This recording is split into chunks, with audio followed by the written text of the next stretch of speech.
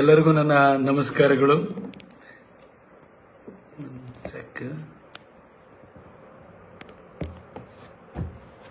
ಎಲ್ಲರಿಗೂ ನನ್ನ ನಮಸ್ಕಾರಗಳು. ಬಹಳ ಜನ ಕಾತರದಿಂದ ಕಾಯ್ತಾ ಇದ್ದೀರಿ. ಹಾಗೆ ತುಂಬ ಜನ ಎಷ್ಟೊತ್ತಿಗೆ ಬರ್ತೀಯಾ ಅಂತ ಹೇಳ್ಬಿಟ್ಟು ಮೆಸೇಜನ್ನು ಕೂಡ ಕಳಿಸ್ತಾ ಇದ್ದೀರಿ. ಬಹುಶಃ ಇದ್ರೊಳಗಡೆ ಈ ಫೇಸ್ಬುಕ್ ಲೈವಲ್ಲಿ ಯಾವುದೋ ಸೌಂಡ್ ಬೈಟ್ಸ್ ಸಿಗುವಂಥದ್ದೇನೋ ನಾನು ಹೇಳ್ತೀನಿ ಅಂತ ಏನಾದರೂ ನೀವು ಭಾವಿಸಿರ್ಬೋದು ಅಂತ ನಾನು ಅಂದ್ಕೊಳ್ತೀನಿ. ಬಹುಶಃ ಮೀಡಿಯಾದವರು ಕೂಡ ಅದನ್ನು ಕಾಯ್ತಾ ಇರ್ತಾರೆ, ಇವನು ಏನಾದ್ರು ಹೇಳ್ಬೋದಾ, ಯಾರನ್ನಾರು ಟೀಕೆ ಮಾಡ್ಬೋದಾ ಅಂತಲೂ ಕೂಡ ನೀವು ಕಾಯ್ತಾ ಇರ್ತೀರಿ ಅಂತ ನನಗೆ ಗೊತ್ತು.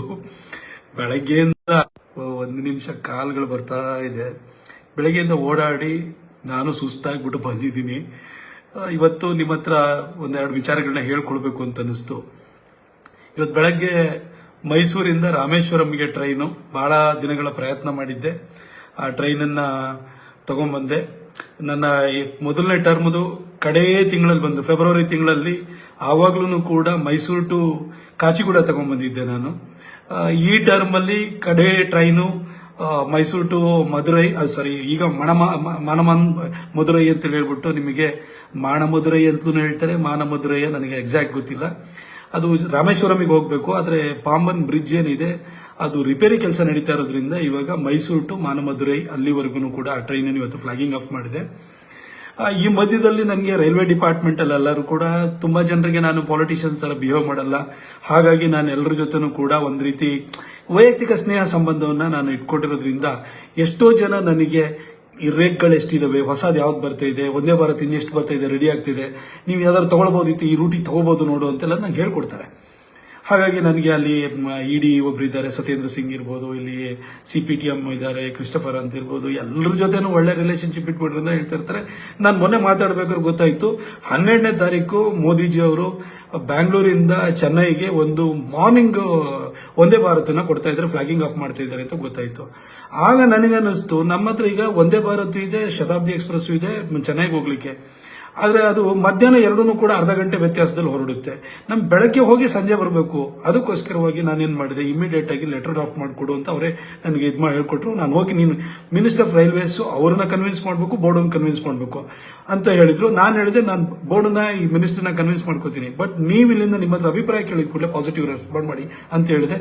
ಅವರು ಕೂಡ ಓಕೆ ಅಂತ ಹೇಳಿದ್ರು. ಹಾಗೆ ನಾಳೆ ಬೆಳಗ್ಗೆ ಫ್ಲಾಗ್ ಆಫ್ ಆಗ್ತಾ ಇದೆ. ಆದರೆ ನಮ್ಮಲ್ಲಿ ಅದರದ್ದು ಮೈಸೂರಿಂದ ಬೆಳಗ್ಗೆ ಹೋಗಿ ಚೆನ್ನೈಗೆ ಹೋಗಿ ರಾತ್ರಿಗೆ ವಾಪಸ್ ಬರುತ್ತೆ.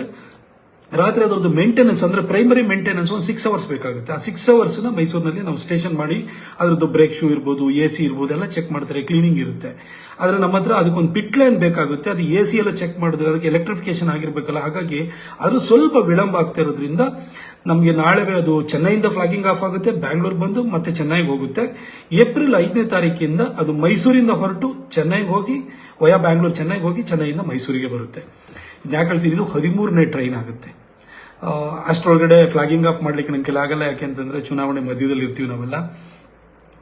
ನಾನು ಕಳೆದ 10 ವರ್ಷ, ಈಗ ಇನ್ನೊಂದು 4-5 ದಿನದಲ್ಲಿ ನೋಟಿಫಿಕೇಶನ್ ಆಗ್ಬೋದು, ಅಥವಾ ಎನಿ ಟೈಮ್ ಆಗ್ಬೋದು. ಬಹುಶಃ 13-14 ನಂತರನೇ ಆಗುತ್ತೆ ಅಂತ ಭಾವಿಸ್ತೀನಿ. 15ರೊಳಗಡೆ ಆಗ್ಬೋದು ಅಂತ ಅನ್ಕೊಳ್ತೀನಿ. ಲಾಸ್ಟ್ ಟೈಮ್ 11ನೇ ತಾರೀಕು ಆಗಿತ್ತು, ಮಾರ್ಚ್ 11ನೇ ತಾರೀಕು. 15ನೇ ತಾರೀಕು ಅಷ್ಟರೊಳಗಡೆ ಖಂಡಿತ ಅದು ನೋಟಿಫಿಕೇಶನ್ ಆಗುತ್ತೆ. ಇನ್ನೊಂದು 2-3 ದಿನ ನನಗೆ ಕೆಲಸ ಮಾಡಲಿಕ್ಕೆ ಉಳಿದಿದೆ. ಈ ಒಂದು 10 ವರ್ಷಗಳಲ್ಲಿ ನನ್ನನ್ನು ತುಂಬ ಜನ ನೀವೆಲ್ಲ ಪ್ರೀತಿಸಿದಿರಿ, ನನಗೆ ಪ್ರೋತ್ಸಾಹಿಸಿದಿರಿ, ಟೀಕ್ಸಿದಿರಿ, ನನಗೆ ಚಾಟಿಯೇಟ್ ಕೊಟ್ಟಿದ್ದೀರಿ, ಬೈದಿದ್ದೀರಿ, ನನ್ನನ್ನು ತಿದ್ದಿದ್ದೀರಿ, ಎಲ್ಲ ತುಂಬ ನೀವೆಲ್ಲ ಸಹಾಯನ ಮಾಡಿದಿರಿ. ನನ್ನ ಪತ್ರಕರ್ತನಿದ್ದಾಗಲೂ ಕೂಡ ನನ್ನ ಸೈದ್ಧಾಂತಿಕ ನಿಲುವು ಬಗ್ಗೆ ಬಹಳ ತದ್ವಿರುದ್ಧವಾದಂಥ ನಿಲುವನ್ನು ಇಟ್ಕೊಂಡು ನನ್ನ ಟೀಕೆನೂ ಮಾಡಿದವರು ಇದ್ದೀರಿ. ಪತ್ರಕರ್ತನ ಆ ಒಂದು ಕ್ಷೇತ್ರವನ್ನು ಬಿಟ್ಟುಬಿಟ್ಟು ನಾನು ಇಲ್ಲಿಗೆ ಬಂದಾಗಲೂ ಕೂಡ ನೀವು ತುಂಬ ನನ್ನನ್ನು ಎಲ್ಲ ರೀತಿಯಲ್ಲೂ ಕೂಡ ನನ್ನ ಓರೆಗಲ್ಲಿ ಹಚ್ಚಿ ನೋಡಿದಿರಿ, ನನ್ನನ್ನು ಎಲ್ಲ ರೀತಿಯಲ್ಲೂ ಕೂಡ ನನ್ನನ್ನು ಬೆಳೆಸಿದಿರಿ ನೀವೆಲ್ಲ. ಅದಕ್ಕೋಸ್ಕರ ಒಂದೆರಡು ಮುಕ್ತವಾಗಿ ನಿಮ್ಮನ್ನು ಈ 10 ವರ್ಷ ಕಂಪ್ಲೀಟ್ ಆಗ್ತಾ ಇರುವಂಥ ಸಂದರ್ಭದಲ್ಲಿ ನಾನು ಒಂದೆರಡು ಮಾತನಾಡಲಿಕ್ಕೆ ಇಷ್ಟಪಡ್ತೀನಿ. ನಾನು ಪತ್ರಕರ್ತ ಇರಬೇಕಾದ್ರೆ ಎಲ್ಲರೂ ಕೂಡ ಭಾಳ ಡ್ಯಾಶಿಂಗ್ ಆಗಿ ಬರೀತಾನೆ, ಆ ನೇರವಂತಿಕೆ ನಿಷ್ಠುರತೆ ಇದೆಯಲ್ಲ ಅದನ್ನೆಲ್ಲರೂ ಕೂಡ ಇಷ್ಟಪಡೋರು. ಏನು ಯಾರಿಗೂ ಕೇರ್ ಮಾಡಲ್ಲ, ಬರೀತಾನೆ, BJPಯವ್ರಿಗೂ ಬಿಡಲ್ಲ, ಕಾಂಗ್ರೆಸ್ವರಿಗೂ ಬಿಡಲ್ಲ, ಯಾರಿಗೂ ಬಿಡಲ್ಲ ಅಂತ ಹೇಳ್ಬಿಟ್ಟು ನನ್ನನ್ನು ಎಲ್ಲರೂ ಕೂಡ ನನ್ನನ್ನು ಇಷ್ಟಪಡೋರು. ಯಾರೇ ಎಲ್ಲೇ ಹೋಗಿ ಸಿಕ್ಕಿದಾಗ್ಲೂ ಕೂಡ ತುಂಬ ಜನ ನನ್ನನ್ನು ಬಂದ್ಬಿಟ್ಟು ಏನು ಧೈರ್ಯದಿಂದ ಬರೀತೀಯ ಅಂತೆಲ್ಲ ಹೇಳೋರು. ತುಂಬ ಜನ ಬಂದ ಕೂಡಲೇ ಯಾರೋ ನಾರ್ತ್ ಇಂಡಿಯನ್ ಇರಬೇಕು ನಿನ್ನ ಹೆಸರು ನೋಡಿದಾಗ ನೀನಾದರೆ ನೀನು ಟ್ರಾನ್ಸ್ಲೇಷನ್ ಮಾಡಿ ಕನ್ನಡಕ್ಕೆ ಹಾಕ್ತಿದ್ದಾರೆ ಅಂತ ಅಂದ್ಕೊಳ್ತೀವಿ. ಆದರೆ ಟ್ರಾನ್ಸ್ಲೇಷನ್ ಅಷ್ಟು ಪವರ್ಫುಲ್ ಆಗಿ ಬರೋಲ್ಲ, ನೀನು ಇಷ್ಟು ಚೆನ್ನಾಗಿ ಬರೀತೀಯಲ್ಲ, ನೀನು ಕನ್ನಡದವನೇ ಅಂತ ನಮಗೆ ಗೊತ್ತಿಲ್ಲ ಅಂತಲೂ ಕೂಡ ಹೇಳಿದವರಿದ್ದಾರೆ. ಅಲ್ಲಿ ನನ್ನ ನೇರವಂತಿಕೆ, ನಿಷ್ಠುರತೆ ಅನ್ನೋದು ನನ್ನ ಸ್ಟ್ರೆಂತ್ ಆಗಿತ್ತು. ಪಾಲಿಟಿಕ್ಸಿಗೆ ಬಂದೆ, ಅದು ಮೈಸೂರು ಮತ್ತು ಕೊಡಗು ಬಿಡಿ, ಕೊಡಗು ಜನನೇ ಒಂಥರ, ಅಲ್ಲಿ ಜನ ಒಂಥರ ಪೇಟ್ರಿಯಾಟಿಸಮ್ ಅನ್ನೋದು ತುಂಬ ಜಾಸ್ತಿ ಇದೆ ಅಲ್ಲಿ. ಕೊಡವ ಜನಾಂಗದವ್ರು ಎಂತೂ ಕೂಡ ಅವ್ರ ಬ್ಲಡ್ಡಲ್ಲಿ, ಅವ್ರ DNA ಆ ಒಂದು ದೇಶ, ಅದ್ರದ್ದು ಪ್ರೊಟೆಕ್ಷನ್ನು ಇಂಥದ್ರ ಬಗ್ಗೆ ಇದೆ. ಹಾಗಾಗಿ ಅವ್ರು ಸಹಜವಾಗಿ ಸಣ್ಣ ಪುಟ್ಟ ನಮ್ಮ ತಪ್ಪುಗಳಿತ್ತು ಅಂದ್ರೂ ಕೂಡ ಮನ್ನಿಸ್ಬಿಟ್ಟು ನಮಗೆ ಓಡಾಕ್ಬಿಡ್ತಾರೆ ಅವರು. ಆ ಥರ ಪ್ರೀತಿ ಇರೋಂಥದ್ದು. ಆದರೆ ಕುಶಾಲನಗರ ಬ್ರಿಡ್ಜ್ ದಾಟಿ ಇಲ್ಲಿ ಬಂದಾದ ಕೂಡಲೇ ನಮ್ಮ ಹತ್ರ ಜಾತಿಗಳು ಜಾಸ್ತಿ, ಒಡಕುಗಳು ಜಾಸ್ತಿ. ಅದು ಕೇಳಿದ್ದು ಮೈಸೂರು ಮಹಾರಾಜರ ಊರು. ಈ ಮಹಾರಾಜರ ಊರಿನಲ್ಲಿ ಹೇಗೆ ಅಂತಂದರೆ, ಈ ಮಹಾರಾಜರ ಊರಿನಲ್ಲಿ ಹೊಗಳು ಭಟ್ರು ಇರ್ತಾರೆ, ಚಾಡಿಕೋರರು ಇರ್ತಾರೆ, ಎಲ್ಲ ಥರದವ್ರು ಇರ್ತಾರೆ ಇಲ್ಲಿ. ಹಾಗಾಗಿ ಇಲ್ಲಿ ರಾಜಕಾರಣ ಮಾಡೋದು ಭಾಳ ಕಷ್ಟ. ಈ ಮೈಸೂರು ಭಾಗ ಹೇಗೆ ಅಂತಂದರೆ, ನಮ್ಮ RSS ಸ್ಟಾಲ್ ವರ್ಡ್ಸ್ ಕೂಡ ಮೈಸೂರಿನಲ್ಲೇ ಬಂದಿದ್ದು. ಅದು ನಿಮಗೆ ಕೃಷ್ಣಪ್ಪನವ್ರು ಇರ್ಬೋದು, ಮೈಸಾ ಜಯದೇವರು ಇರ್ಬೋದು, ಸೂರಮ್ಮಣ್ಣವ್ರು ಇರ್ಬೋದು, ಎಲ್ಲರೂ ಈ ಭಾಗದಲ್ಲೇ ಬಂದಿದ್ದು. ಆದರೆ ಇಲ್ಲಿ ಏನು ಅಂತಂದರೆ, ಇಲ್ಲಿ ಅಷ್ಟು ಸುಲಭವಾಗಿ ಯಾವುದೇ ಸಂಘಟನೆ ಸಿದ್ಧಾಂತ ಬೇರ್ಪಡೋದು ಬಹಳ ಕಷ್ಟ. ಯಾಕೆಂದರೆ ಅಷ್ಟು ಜಾತಿಯ ಒಡಕುಗಳಿದೆ. ಇದ್ರ ಮಧ್ಯದಲ್ಲಿ ನಾನು ಇಲ್ಲಿ ಬಂದು ಅಭಿವೃದ್ಧಿ ಕೆಲಸ ಮಾಡಬೇಕು, ಪಾಲಿಟಿಕ್ಸ್ ಮಾಡಬೇಕು, ಸಂಘಟನೆ ಕಟ್ಟಬೇಕು, ಎಲ್ಲ ಕೆಲಸಗಳು ನನ್ನ ತಲೆ ಮೇಲೆ ಬಂತು. ನಾನು ಅಲ್ಲಿ ಏನು ನೇರ ನಿಷ್ಠುರತೆಯಿಂದ ಇದು ಬಂದು ಆ ಪತ್ರಕರ್ತನ ಅವತಾರದಲ್ಲಿ ಬಂದು ಪಾಲಿಟಿಷಿಯನ್ ಆಗ್ಬಿಟ್ಟೆ. ನಾನು ಅದನ್ನೇ ಕೂಡ ತಿರ್ಸಟ್ಟಾಗಿ ನಾನು ಮಾತಾಡ್ತಿದ್ದೆ, ಕಿರಿಕಿರಿ ಆಗ್ತಿತ್ತು. ಅಲ್ಲಿ ನಾನು ಯಾವುದೋ ಮೂಡಲ್ಲಿ ಬರೀತಾ ಇದ್ದೆ. ಇಲ್ಲಿ ಆಗಲ್ಲ, ಮೂಢನಂಬಿಕೆ ಕೆಟ್ಟಿರಲಿ ಸರಿ ಇರಲಿ, ಜನರ ಜೊತೆ ಮಾತ್ರ ನಗ್ತಾ ಮಾತಾಡ್ತಿರ್ಬೇಕು. ಇದಕ್ಕೆ ಫೀಲ್ಡಿಗೆ ಅಡಾಪ್ಟ್ ಮಾಡ್ಕೊಳ್ಳೋಕ್ಕೆ ನನಗೆ ಭಾಳ ಕಷ್ಟ ಆಗೋಗ್ಬಿಡ್ತು. ಮತ್ತು ಯಾರೋ ನಮ್ಮನ್ನು ಪ್ರೊಟೆಕ್ಟ್ ಮಾಡಲಿಕ್ಕೆ ನಮ್ಮ ಅಪ್ಪ ಮೊದಲೇ ಸತ್ತೋಗಿ ಆಗೋಗ್ಬಿಟ್ಟಿತ್ತು. ನಮ್ಮಮ್ಮ ಯಾವುದೋ ನಮ್ಮೂರಲ್ಲಿ ಹಳ್ಳಿನಲ್ಲಿ ನನ್ನ ತಮ್ಮಂದಿರ ಜೊತೆ ಬದುಕ್ತಾಳೆ. ನನಗೆ ಯಾವ ಹಿನ್ನೆಲೆನೂ ಇಲ್ಲ, ಯಾವ ಫೈನಾನ್ಷಿಯಲ್ ಬ್ಯಾಕಿಂಗ್ ಇಲ್ಲ, ಏನಿಲ್ಲ.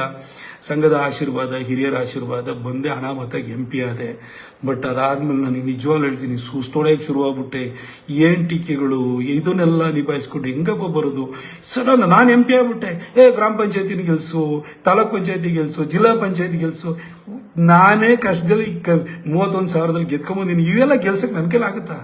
ಅದು ಒಬ್ಬ ಲೀಡರ್ ಮೇಲೆ ಒಂದು ವಿಶ್ವಾಸ ಬರಬೇಕಲ್ವಾ?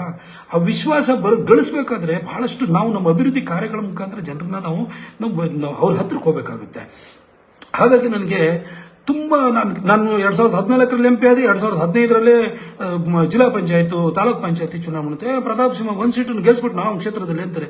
1 ಸೀಟನ್ನು ಗೆಲ್ಸಕ್ಕೆ ನನ್ನ ಕೈಲಿ ನಾನೇ ತಳ ಊರ್ಬೇಕು, ಬೇರೂರ್ಬೇಕು. ಒಂದು ಚಿಕ್ಕ ಸಹಕಾರ ಸಂಘಗಳಿರ್ಬೋದು, ಕೃಷಿ ಪತ್ತಿನ ಸಹಕಾರ ಸಂಘಗಳಿರ್ಬೋದು, ಹಾಲಿನ್ ಡೈರಿ ಇರ್ಬೋದು, ಈ ಥರದ ಒಕ್ಕೂಟಗಳಲ್ಲೆಲ್ಲ ಇಲ್ಲಿ JDS, ಕಾಂಗ್ರೆಸ್ ಬೇರೂರಿದೆ. ಇಲ್ಲಿ ಬಂದು ನಾನು ಅವ್ರ ಜೊತೆ ಅದರೊಳಗಡೆ ಪೆನೆಟ್ರೇಟ್ ಆಗಲಿಕ್ಕೆ, ಇನ್ನೊಂದಾಗಲಿಕ್ಕೆ ನಾನು ಅಭಿವೃದ್ಧಿ ಕಾರ್ಯಗಳ ಮುಖಾಂತರವಾಗಿ ಜನರ ಹತ್ರ ವಿಶ್ವಾಸನ ಗಳಿಸ್ಕೊಂಡು ಆನಂತರ ಅವರು ನನ್ನ ಮಾತಿಗೆ ಬೆಲೆ ಕೊಡುವಂತ ಒಂದು ವಾತಾವರಣ ಸೃಷ್ಟಿ ಮಾಡ್ಕೊಳ್ಬೇಕು. ಹಿಂಗೆ ಅನಾಮತಕ್ಕೆ ಆಗಕ್ಕಾಗುತ್ತೆ? ಪ್ರತಾಪ್ ಸಿಂಹ ಗೆಲ್ಸ್ಬಿಟ್ನ 2015 ಎಷ್ಟು ಜನ ಒಂದು ಕ್ಷೇತ್ರದಲ್ಲಿ ಜಿಲ್ಲಾ ಪಂಚಾಯತ್ ಮೆಂಬರ್ಸ್ ಇದ್ದಾರೆ, ತಾಲೂಕ್ ಪಂಚಾಯತ್ ಮೆಂಬರ್ಸ್ ಇದ್ದಾರೆ. ಆಯ್ತು, ನಾನು ಬರೋದಕ್ಕಿಂತ ಮೊದಲು ಎಷ್ಟಿದ್ರು? ನನ್ನ ಕ್ಷೇತ್ರದಲ್ಲಿ ಒಂದು ಗ್ರಾಮ ಪಂಚಾಯತಿನೂ ಇರಲಿಲ್ಲ. ಅನಾಮತ್ತಾಗಿ ನಾನು ಗೆಲ್ಸೋದಕ್ಕೆ ನನ್ನ ಮೇಲೆ ಯಾವುದೋ ಒಂದು ಪ್ರೀತಿಯಿಂದ ಜನ ಓಟ್ ಹಾಕಿದ್ರು. ಮೋದಿಜಿ ದೇಶಕ್ಕೆ ಪ್ರಧಾನಿ ಆಗಬೇಕು ಅಂತ ಹೇಳ್ಬಿಟ್ಟು ಅವ್ರ ಹೆಸರಲ್ಲಿ ಗೆದ್ಕೊಂಡ್ಬಂದವನು. ಅವ್ರ ಹೆಸರಿನಲ್ಲಿ ಅಭಿವೃದ್ಧಿ ಕಾರ್ಯ ತಂದು ನಾನು ಪಕ್ಷನ ಕಟ್ಟಬೇಕಿತ್ತು. ಅದಕ್ಕೆ ನಾನು ಸ್ಟ್ರಗಲ್ ಮಾಡ್ತಾ ಹೊರಟೆ. ಎಲ್ಲರನ್ನೂ ಉಂಟಲ್ಲ, ನನ್ನ ಹತ್ರನೂ ಕೂಡ ನಾನು ಹೇಳಿದ್ದೀನಲ್ಲ, ನಾನೇನು ನಿಮ್ಗೆ ತಪ್ಪುನ ಅಥವಾ ನನ್ನ ಬಗ್ಗೆ ನಾನು ಮಾಸ್ಕ್ ಮಾಡ್ಕೊಳ್ಬೇಕು ಅಂತಿಲ್ಲ. ನಮಗೆ ಪತ್ರಕರ್ತನಾಗಿದ್ದಾಗ ಒಂಥರ ಫ್ರೀಯಾಗಿ ನಾವು ಪತ್ರಕರ್ತರಾಗಿರುವಾಗ ನಾವು ಪ್ರೆಸ್ ಕ್ಲಬ್ಬಿಗೆ ಹೋಗ್ತಾ ಇದ್ದು, ಬೇರೆ ಕಡೆನೂ ಹೋಗ್ತಾ ಇದ್ದು. ಅಲ್ಲಿ ಏನಂತಂದ್ರೆ ನಮ್ದು ಆ ಥರ ಗ್ರೂಪ್ ಬೇರೆ ಇರ್ತಿದ್ದು, ಹರಟೆ ಹೊಡಿತಿದ್ದು. ಇಲ್ಲಿ ಹರಟೆ ಹೊಡೆಯೋಕೆ ಟೈಮ್ ಇಲ್ಲ, ಜನರ ಹತ್ರ ಬೆಳಗ್ಗೆಯಿಂದ ಸಂಜೆವರೆಗೂ ಕೆಲಸಕ್ಕೆ ಹೋಗ್ಬೇಕಿತ್ತು. ಇಲ್ಲಿ ನಮ್ಮ ಒಂದೊಂದು ನಡತೆನೂ ಕೂಡ ಇಲ್ಲಿ ರಿವ್ಯೂ ಮಾಡ್ತಾರೆ ಅಂತ ಒಂದು ಪರಿಸ್ಥಿತಿ ಇತ್ತು. ಹಾಗೆ ನಾನು ಇದಕ್ಕೆ ಅಡಾಪ್ಟ್ ಹಾಕ್ಕೊಂಡು ಇಲ್ಲಿ ಬರೋಷ್ಟರಲ್ಲಿ ನಾನು ನಿಜವಾಗ್ಲೂ ಹೈರಾಣ ಆಗೋದೆ.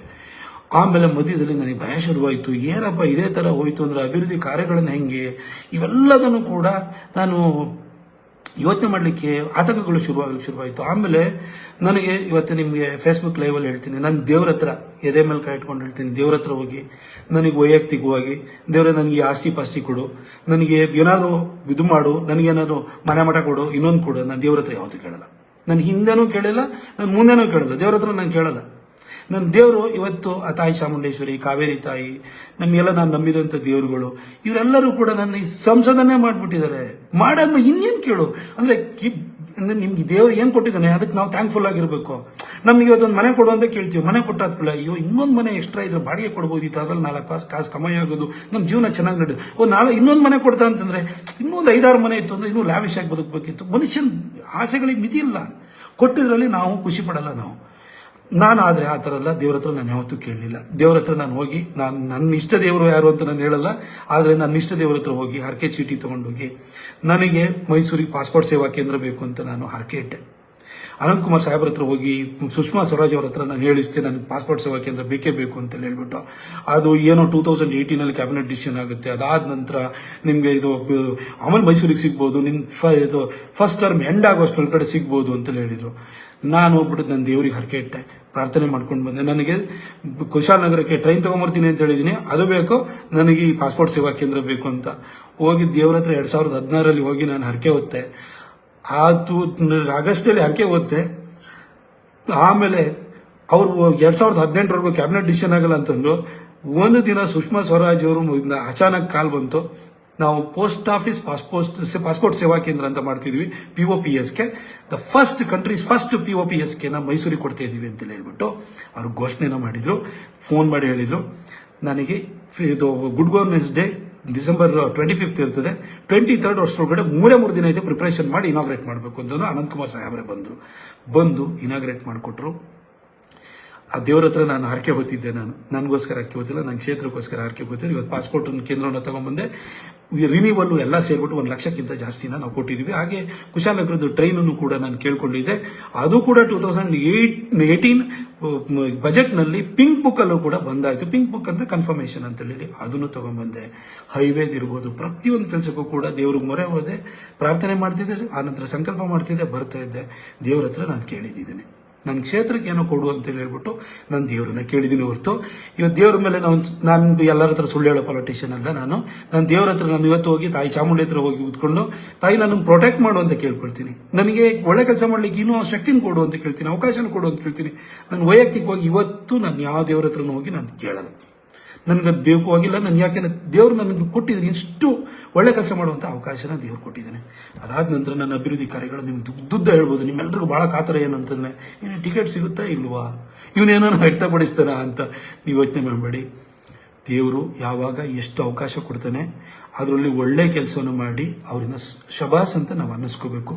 ನಾನು ಇವತ್ತು ಯಾಕೆ ಈ ಫೇಸ್ಬುಕ್ ಲೈವ್ ಮಾಡಿದ್ದೀನಿ ಅಂತಂದರೆ, ನಾನು ಕಳೆದ 3 ದಿನದಿಂದ ಸೋಷಿಯಲ್ ಮೀಡಿಯಾ ನೋಡ್ತಾ ಇದ್ದೀನಿ, ಟ್ವಿಟರ್ ಟ್ರೆಂಡಿಂಗ್ ನೋಡ್ತಾ ಇದ್ದೀನಿ, ನಮಗೆ ವಾಟ್ಸಪ್ಪಲ್ಲಿ ಬರೋ ಮೆಸೇಜ್ ನೋಡ್ತಾ ಇದ್ದೀನಿ, ಕಾಲ್ಸನ್ನು ನೋಡ್ತಾ ಇದ್ದೀನಿ. ಅದೇ ರೀತಿಯಲ್ಲಿ ನಿಮಗೆ ನೀವು ಪೋಸ್ಟ್ಗಳನ್ನೆಲ್ಲ ಹಾಕೊಳ್ತಿದ್ರಲ್ಲ ಫೇಸ್ಬುಕ್ಕಲ್ಲಿ, ಎಲ್ಲ ಇನ್ಸ್ಟಾ ಪೋಸ್ಟ್ಗಳೆಲ್ಲ ನೋಡ್ತಾ ಇದ್ದೀನಿ. ನಿಜ ಹೇಳ್ತೀನಿ, I am thankful to my God Narendra Modiji. ನನಗೆ ಇವತ್ತು ಇಷ್ಟು ಅವಕಾಶನ ಅವ್ರ ಹೆಸರಿನಲ್ಲಿ ಗೆದ್ಕೊಂಡ್ಬಂದಿದ್ದೀನಿ. ನನ್ನ ಇಷ್ಟ ದೇವತೆ ಚಾಮುಂಡೇಶ್ವರಿ, ಕಾವೇರಿ ತಾಯಿ, ನನ್ನ ಏನೋ ಮನೆ ದೇವರು ಬೇರೆ, ಹೀಗೆ ನನ್ನ ಇಷ್ಟ ದೇವರು ಅವ್ರಿಗೆ ಯಾವಾಗಲೂ ನನ್ನ ಪ್ರತಿನಿತ್ಯನೂ ಕೂಡ ನಾನು ಏನೋ ಅವರಿಗೆ ನಾನು ಪ್ರಾರ್ಥನೆಯನ್ನು ಮಾಡ್ತಿರ್ತೀನಿ. ಆದರೆ ಪ್ರತಾಪ್ ಸಿಂಹ ಒಬ್ಬ ಸಾಮಾನ್ಯ ಪತ್ರಕರ್ತನನ್ನು ಬಂದು ಅನಾಮತಾಗಿ ಟಿಕೆಟ್ ಕೊಟ್ಟು ಮೈಸೂರಿಗೆ ರಾಮನವಮಿ ದಿನ 2014 ಏಪ್ರಿಲ್ 8ನೇ ತಾರೀಕು ಬಂದು ಮಹಾರಾಜ ಗ್ರೌಂಡಲ್ಲಿ ನಿಂತ್ಕೊಂಡು ನನ್ನ ಕೈ ಎತ್ತಿಬಿಟ್ಟು ಪ್ರತಾಪ್ ಸಿಂಹನ ಗೆಲ್ಲಿಸಿ ಅಂತ ಹೇಳಿ ಒಬ್ಬ ಪತ್ರಕರ್ತನನ್ನು ಏಕಾಏಕಿ ಸಂಸದನನ್ನು ಮಾಡಿದವರು ನರೇಂದ್ರ ಮೋದಿಜಿಯವರು. ಅವ್ರ ಹೆಸರಲ್ಲಿ ಗೆದ್ದವು ನಾನು. 2019 ಅವ್ರ ಹೆಸರಿನಲ್ಲಿ ಗೆದ್ದಿದ್ದು. ನಾನು ಇವತ್ತು ಇಷ್ಟು ಕೆಲಸ ಮಾಡಿದ್ದೇನಲ್ಲ, ನನ್ನ ಮೋದಿಜಿ ಕೊಟ್ಟಿರೋದು ಕೆಲಸಗಳು. ಇದು ಪ್ರತಾಪ್ ಸಿಂಹಂದು ಏನಂತಲ್ಲ, ಇವತ್ತು ಜನ ದೇಶಕ್ಕೆ ಮೋದಿ ಬೇಕು ಅಂತಾರೆ, ಹಾಗೆ ಕ್ಷೇತ್ರಕ್ಕೂ ಒಬ್ಬ ಛೋಟಾ ಮೋದಿ ಬೇಕು ಅಂತ ಹೇಳ್ತಾರೆ. ಒಬ್ಬ ಚಿಕ್ಕ ಮೋದಿ ನಮ್ಮಿಲ್ಲೂ ಬೇಕು, ಇಲ್ಲೂ ನಮ್ಮ ಕೆಲಸನೂ ಮಾಡಬೇಕು, ದೇಶಕ್ಕೂ ಅವ್ರು ಕೆಲಸ ಮಾಡ್ತಾರೆ, ಅವ್ರು ಬೇಕು, ಅದಕ್ಕೋಸ್ಕರ ನಮಗೆ ಓಟ್ ಹಾಕ್ತಾರೆ. ಅದೇ ಥರ ನಮ್ಮಲ್ಲೂ ಒಂದು ಸಣ್ಣ ಪ್ರಮಾಣದ ಮೋದಿಯನ್ನು ಅವ್ರು ಎಕ್ಸ್ಪೆಕ್ಟ್ ಮಾಡ್ತಾರೆ. ಅದಕ್ಕೆ ಯಾವತ್ತೂ ಅನ್ಯಾಯ ಮಾಡಿದ್ರೆ ನಾವು ಕೆಲಸ ಮಾಡಬೇಕು. 10 ವರ್ಷದಿಂದ ನಾನು ಆ ಕೆಲಸವನ್ನು ಮಾಡಿದ್ದೀನಿ. 12 ಟ್ರೈನು, ನಾಳೆದು 13ನೇ ಟ್ರೈನು, ಅದು ಏಪ್ರಿಲ್ 5ಕ್ಕೆ ಬರುತ್ತೆ ಅಷ್ಟೇ. ಇಷ್ಟು ಟ್ರೈನ್ ತಂದೀನಿ. 2014ಕ್ಕಿಂತ ಮೊದಲು 10 ವರ್ಷ ಹೋಗಿ 2004ರಿಂದ 2014ವರೆಗೂ ಎಷ್ಟು ಟ್ರೈನ್ ಬಂದಿದೆ ಅಂತ ನೋಡಿ. ಒಂದು ಟ್ರೈನ್ ಇದ್ರೆ ಹೇಳ್ಬಿಡಿ ನೋಡೋಣ. ನಾನು ನಿಮಗೆ ಇನ್ನೂ ಒಂದು ಉದಾಹರಣೆ ಹೇಳಬೇಕು, ಜನ ಎಷ್ಟು ನನ್ನ ಪ್ರೀತಿಸ್ತಾರೆ ಅನ್ನೋದಕ್ಕೆ. 1989ರಿಂದ 2019ವರೆಗೂ 30 ವರ್ಷಗಳಲ್ಲಿ ಮೈಸೂರಿನಲ್ಲಿ ಯಾವ ವ್ಯಕ್ತಿನೂ ಕೂಡ ರಿಪೀಟ್ ಮಾಡಿಲ್ಲ. ಎಲ್ಲರೂ ಇನ್ಕ್ಲೂಡಿಂಗ್ ಮಹಾರಾಜರನ್ನ, ಶ್ರೀಕಂಠದತ್ತ ನರಸಿಂಹರಾಜ ಒಡೆಯರನ್ನು ಕೂಡ ಜನ ಸೋಲಿಸಿದ್ದಾರೆ. 91 ಸೋಲಿಸಿದ್ರು. ಅವಾಗೇನೋ ಸಿಂಬಲ್ ಮಿಸ್ಟೇಕ್ ಆಗಿ ಸೋಲ್ಸ್ಬಿಟ್ಟಿದ್ದಾರೆ ಅಂತ ಅಂದ್ರೂ ಕೂಡ 2004ರಲ್ಲಿ ಮಹಾರಾಜರನ್ನ 3ನೇ ಪ್ಲೇಸಿಗೆ ಕಳಿಸ್ಬಿಟ್ರು ಜನ. ಜನ ಇವತ್ತೇನು ಅಂತಂದರೆ ಅವ್ರ ಮನೆ ಬಾಗಿಲು ಕಾಯೋರು ಬೇಕು, ಜನ ಹೋಗಿ ಬೇರೆಯವ್ರ ಮನೆ ಬಾಗಿಲು ಕಾಯಬಾರ್ದು. ನಾನು ನನ್ನನ್ನು 2014ರಲ್ಲಿ ಗೆಲ್ಸಾದ ನಂತರ ನನ್ನ ಸಿಟ್ಟು ಸೆಡವುಗಳ ಆಚೆಗೂ ಕೂಡ ನಾನು ಯಾವಾಗಲೂ ಕೂಡ ಜನ ಬಂದು ಸಾರ್ ನಮಸ್ಕಾರ ಸಾರ್ ಸಾಹೇಬ್ರೇ ಅಂತ ಅನ್ನೋರು. ನಾನು ಯಾವಾಗಲೂ ಕೂಡ ಸಾರ್ ಬೇಕಾದ್ರೆ ಹೇಳಿ, ಕೈ ಮುಗಿಯಕ್ಕೆ ಬರಬೇಡಿ, ಕಾಲಿಗೆ ನಮಸ್ಕಾರ ಮಾಡಕ್ಕೆ ಬರಬೇಡಿ ಅಂತ ಹೇಳ್ತೀನಿ. ಯಾಕೆಂದರೆ ಚುನಾವಣೆ ಬಂದರೆ ಅವ್ವ ಅಕ್ಕ ಓಟಕ್ಕವ್ವ ಒಂದಿದು ತಾವರೆ ಹೋಗಿ ಓಟಕ್ಕವ್ವ ಅಂತ ನಾವೇ ಹೇಳ್ತೀವಿ, ನಾವು ಅವ್ರ ಹತ್ರ ಕೈ ಮುಗಿತೀವಿ. ನೀವು ನಮ್ಮನ್ನು ಗೆಲ್ಲಿಸಿ ನಿಮ್ಮ ಮನೆ ಬಾಗಿಲಿ ನಾನು ಕೈ ಮುಕ್ಕೊಂಡು ಬಂದಿರ್ತೀನಿ. ನನ್ನನ್ನು ನೀವು ಗೆಲ್ಸಾದ್ಮೇಲೆ ನೀವು ನನ್ನನ್ನು ಸಾಹೇಬ್ರೆ ಅಂತ ಯಾಕೆ ಕೈ ಮುಗಿತೀರಿ? ನಿಮ್ಮ ಹಕ್ಕು ನೀವು ಕೇಳಿ. ಆದರೆ ತುಂಬ ದೊಡ್ಡ ಕಥೆನ ಹೇಳಕ್ಕೆ ಹೋಗಬೇಡಿ. ಕೆಲಸ ಏನೇನು ಇರುತ್ತೋ ನೀವೆಷ್ಟೇ ಹೇಳಿದ್ರು ಕೂಡ ಇಂಥವ್ರಿಗೆ ಫೋನ್ ಮಾಡಬೇಕಲ್ವಾ, ನಿಮ್ಮ ಇಂಥ ಕೆಲಸ ಆಗಬೇಕಲ್ಲ, ನೇರವಾಗಿ ಹೇಳಿ. ಆಗ ನನ್ನ ಟೈಮು ಸೇವ್ ಆಗುತ್ತೆ, ನಾನು ಇಮಿಡಿಯೇಟಾಗಿ ನಿಮ್ಗೆ ಮಾಡ್ತೀನಿ. ನನಗೆ ಪೇಷನ್ಸ್ ಸ್ವಲ್ಪ ಕಮ್ಮಿ, ದಯವಿಟ್ಟು ಹಿಂಗೆ ಮಾಡಿದ್ದೀನಿ, ಅಳಬೇಡಿ ಅಂತ ನಾನು ಯಾವಾಗಲೂ ಹೇಳ್ತೀನಿ. ನಾನು ಹೇಳ್ತೀನಿ ನನ್ನ ಮಗಳನ್ನೂ ಕೂಡ ನಾನು ಅಳೋದನ್ನು ಸಹಿಸಲ್ಲ, ನನ್ನ ಮಗಳಿಗೂ ಪೆಟ್ಕೊಡ್ತೀನಿ ಹತ್ರ. ಅದೇ ಈ ಥರ ನೀವು ಅಳಬೇಡಿ, ಯಾಕಂದರೆ ನಾನು ಕಷ್ಟದಿಂದ ಬಂದಿರೋನು. ನನ್ನ ತಾಯಿ ಹೋಟ್ಲಿಗೆ ಹಾಲು ಕರ್ಕೊಂಡು ನನ್ನ ತಮ್ಮಂದಿರು ಹಾಕೋರು, ನಾನು ರಜೆನಲ್ಲಿ ನಾನು ಹೋಟ್ಲಿಗೆ ಹಾಲು ಹಾಕಿದ್ದೀನಿ, ದನ ಕಾಯ್ದಿದ್ದೀನಿ. ಅಲ್ಲಿಂದ ಬಂದರೆ ನೀವು ನನಗೆ ಕಷ್ಟನ ನೀವು ಕಣ್ಣೀರಿನ ಮುಖಾಂತರವಾಗಿ ಹಾವಭಾವಗಳ ಮುಖಾಂತರ ವ್ಯಕ್ತ ಮಾಡೋ ಅಗತ್ಯನೇ ಇಲ್ಲ. ನಾನು ಕಷ್ಟದ ಜೊತೆನೇ ಬದುಕಿರೋನು. ಹಾಗಾಗಿ ನೀವು ಹೇಳಬೇಡಿ, ನೀವು ವಿಚಾರ ಹೇಳಿ ಸಾಕು ಅಷ್ಟೇ. ನೀವು ಹೇಳಬೇಡಿ ನಿಮ್ಮ ಮಕ್ಕಳ ಫೀಸು. ಇನ್ನೊಂದು ನಾನು ನಿಮ್ಗೆ ಹೇಳ್ತೀನಿ, 100 ಚಿಲ್ಲರೆ ಮಕ್ಕಳಿಗೆ ನಾನು ಕೇಂದ್ರೀಯ ವಿದ್ಯಾಲಯ ಸೀಟ್ ಕೊಡಿಸಿದ್ದೀನಿ. ಅದರಲ್ಲಿ ನನ್ನ ಆಫೀಸಿಗೆ ಬರೋರು cancer 3rd stage 4th stage ಇನ್ನೇನು ಉಳಿಯಲ್ಲ ಅಂತ ಬರ್ತಾರೆ. ಅವರು ಬಂದು ಅಳುವಾಗ ನಾನೇನು ಮಾಡ್ತೀನಿ ಗೊತ್ತಾ, ಅಮ್ಮ ನಿಮಗೆ ನಾನು ನಿಮ್ಮ ಜೀವ ಉಳ್ಸೋಕ್ಕಾಗಲ್ಲ, ಪ್ರೈಮ್ ಮಿನಿಸ್ಟರ್ ರಿಲೀಫ್ ಫಂಡಲ್ಲಿ ನಾನು ದುಡ್ಡು ತರಿಸ್ಕೊಡ್ತೀನಿ, ಆದರೆ ನಿಮ್ಮ ಒಂದು ಮಗು ಇದೆಯಲ್ಲ ಅವ್ರು ಕೇಂದ್ರೀಯ ವಿದ್ಯಾಲಯ ಸೀಟ್ ಕೊಡಿಸ್ತೀನಿ. ವರ್ಷಕ್ಕೆ 6,000 ರೂಪಾಯಿ ಫೀಸ್ ಬರುತ್ತೆ. ಆ ಮಗುನ ಲೈಫನ್ನು ಸೆಟ್ಲ್ ಮಾಡ್ಕೊಡ್ತೀನಿ ಅಂತ ನಾನು ಎಷ್ಟೋ ಜನಕ್ಕೆ ಕೇಂದ್ರೀಯ ವಿದ್ಯಾಲಯ ಸೀಟ್ಸನ್ನು ನಾನು ಕೊಡಿಸಿದ್ದೀನಿ. ಆ ತೃಪ್ತಿನೂ ಇದೆ ನನಗೆ. ಹೀಗೆ ನಾನು ಈ ಪಾಲಿಟಿಕ್ಸನ್ನು ಇದು ಮಾಡ್ತಾ 2019ಕ್ಕೆ ಬರಬೇಕಾದ್ರೆ ಯಾರೂ ರಿಪೀಟ್ ಮಾಡಿರಲಿಲ್ಲ ಜನ. ಹಾಗಾಗಿ ನನಗೆ ಜನಕ್ಕೆ ಒಳ್ಳೆ ಕೆಲಸ ಮಾಡೋ ಮುಖಾಂತರನೇ ಅವ್ರ ಹೃದಯದಲ್ಲಿ ಸ್ಥಾನ ಪಡ್ಕೊಳ್ಬೇಕು ಅಂತ ಭಾಳ ಪ್ರಯತ್ನ ಮಾಡಿದೆ. ಆ ಟೈಮಲ್ಲಿ ಬಾಲ್ಕೋಟ್ ಅಟ್ಯಾಕ್ ಆಯಿತು, ದೇಶಕ್ಕೊಬ್ಬ ಗಂಡು ಮಗ ಪ್ರಧಾನಿಯಾಗಿ ಸಿಕ್ಕಿದ್ದಾನೆ, ಅವನು ಉಳಿಸ್ಕೊಳ್ಬೇಕು ಅಂತ ಹೇಳಿ ನಮ್ಮ ಎಷ್ಟೋ ತಪ್ಪುಗಳನ್ನು, ನಮ್ಮ ಎಷ್ಟೋ ಎಡವಟ್ಟುಗಳನ್ನು ಕೂಡ ಮನ್ನಿಸ್ಬಿಟ್ಟು ಜನ ನನ್ನನ್ನು ಗೆಲ್ಲಿಸ್ಬಿಟ್ರು. ಮತ್ತೊಂದು ಸರಿ 1,40,000 ಹೆಚ್ಚು ಕಡಿಮೆ ಓಟ್ ಕೊಟ್ಟು ಗೆಲ್ಲಿಸಿದ್ರು. ಸೋಮಣ್ಣ ಸಾಹೇಬರು ನಮ್ಮಿಲ್ಲಿಗೆ ಉಸ್ತುವಾರಿ ಸಚಿವರಾಗಿ ಬಂದರು. ಬೆಳಗ್ಗೆ 6 ಗಂಟೆಗೆ ಬಂದು ಎಬ್ಬಿಸಿ ಕಾರ್ಪೊರೇಷನ್ದು ಏನು ಮೋರಿ ಕ್ಲೀನ್ ಮಾಡಿಸೋದ್ರಿಂದ ಹಿಡಿದು ಎಲ್ಲ ಕೆಲಸದ ಬಗ್ಗೆ ಪಾಠ ಕಲಿಸ್ಕೊಟ್ರು ಅವ್ರು ನನಗೆ. ಅಲ್ಲಿಂದ ನಾನು ತುಂಬ ಕಷ್ಟಪಟ್ಟು ಕ್ಷೇತ್ರ ಜನ ಕೆಲಸ ಮಾಡಬೇಕು ಅಂತ ಮಾಡಿದೆ. ಇವತ್ತು ಕೂಡ ನನಗೆ ಸಂಘ, ಅವತ್ತು ಮೈಚಾ ಜಯದೇವರು ಇಲ್ಲ, ಇವತ್ತು ಸಂಘದ ಎಲ್ಲ ಹಿರಿಯರುಗಳು, ಇವತ್ತು ಅವ್ರನ್ನೆಲ್ಲ ಹೆಸರನ್ನ ಹೇಳಕ್ಕೆ ಹೋಗಬಾರ್ದು ಸಂಘದವ್ರನ್ನ, ಆದರೆ ಅವರೊಬ್ಬರು ಇಲ್ಲ ಅನ್ನೋ ಕಾರಣಕ್ಕೋಸ್ಕರ ಅವ್ರ ಹೆಸರನ್ನ ಹೇಳ್ತೀನಿ. ನನ್ನನ್ನು ಅವತ್ತು ಕೈ ಹಿಡಿದು ಬೆಳೆಸಿದ್ರು, ನನಗೆ ಟಿಕೆಟ್ ಕೊಡಿಸಿದ್ರು, ಗೆಲ್ಲಿಸಿದ್ರು. ಒಂದು ಪ್ರಯೋಗ ಅಂತರ ಮಾಡಿದ್ರು. ಯಾರಾದ್ರೂ ಕೂಡ ನನ್ನನ್ನು ಈ ಥರ ಪ್ರಯೋಗ ಮಾಡಿದ್ಮೇಲೆ ನನ್ನ ಮೇಲೆ ಇಷ್ಟು ವಿಶ್ವಾಸ ಇಟ್ಟಿದಾರಲ್ಲ, ಈ ವಿಶ್ವಾಸಕ್ಕೆ ಯಾವತ್ತೂ ದ್ರೋಹ ಆಗಬಾರ್ದು. ನಂತರ ಇನ್ನೂ ಹುಡುಗನ ಬೆಳೆಸಬೇಕು. ಅವ್ರ ಅಪ್ಪ ಅಮ್ಮ, ಅವ್ರ ಮನೇಲಿ ಎಷ್ಟು ಆಸ್ತಿ ಇದೆ, ಅವನು ಯಾವ ಹಿನ್ನೆಲೆಯಿಂದ ಬಂದಿದ್ದಾನೆ, ಅವನ ಜಾತಿ ಯಾವುದು, ಇದು ಯಾವುದು ಕೇಳದಲ್ಲೇ ಒಬ್ಬ ಯಂಗ್ಸ್ಟರ್ನ, ಇನ್ನೊಬ್ಬನ ಯಂಗ್ಸ್ಟರ್ನ ಬೆಳೆಸಬೇಕು ಅಂತಂದರೆ ನನಗೆ ಕೊಟ್ಟಿರೋ ಅವಕಾಶವನ್ನು ನಾನು ಸದುಪಯೋಗ ಪಡಿಸಿಕೊಂಡು ಒಬ್ಬ ಯಾವ ಹಿನ್ನೆಲೆ ಇಲ್ಲದಿದ್ದಂತಹ ಒಬ್ಬ ಸಾಮಾನ್ಯ ವ್ಯಕ್ತಿಯಾಗಿರುವಂತಹ ಪ್ರತಾಪ್ ಸಿಂಹನಿಗೆ ಟಿಕೆಟ್ ಕೊಟ್ಟು ಅವನು ಇಷ್ಟು ಕೆಲಸ ಮಾಡ್ದ.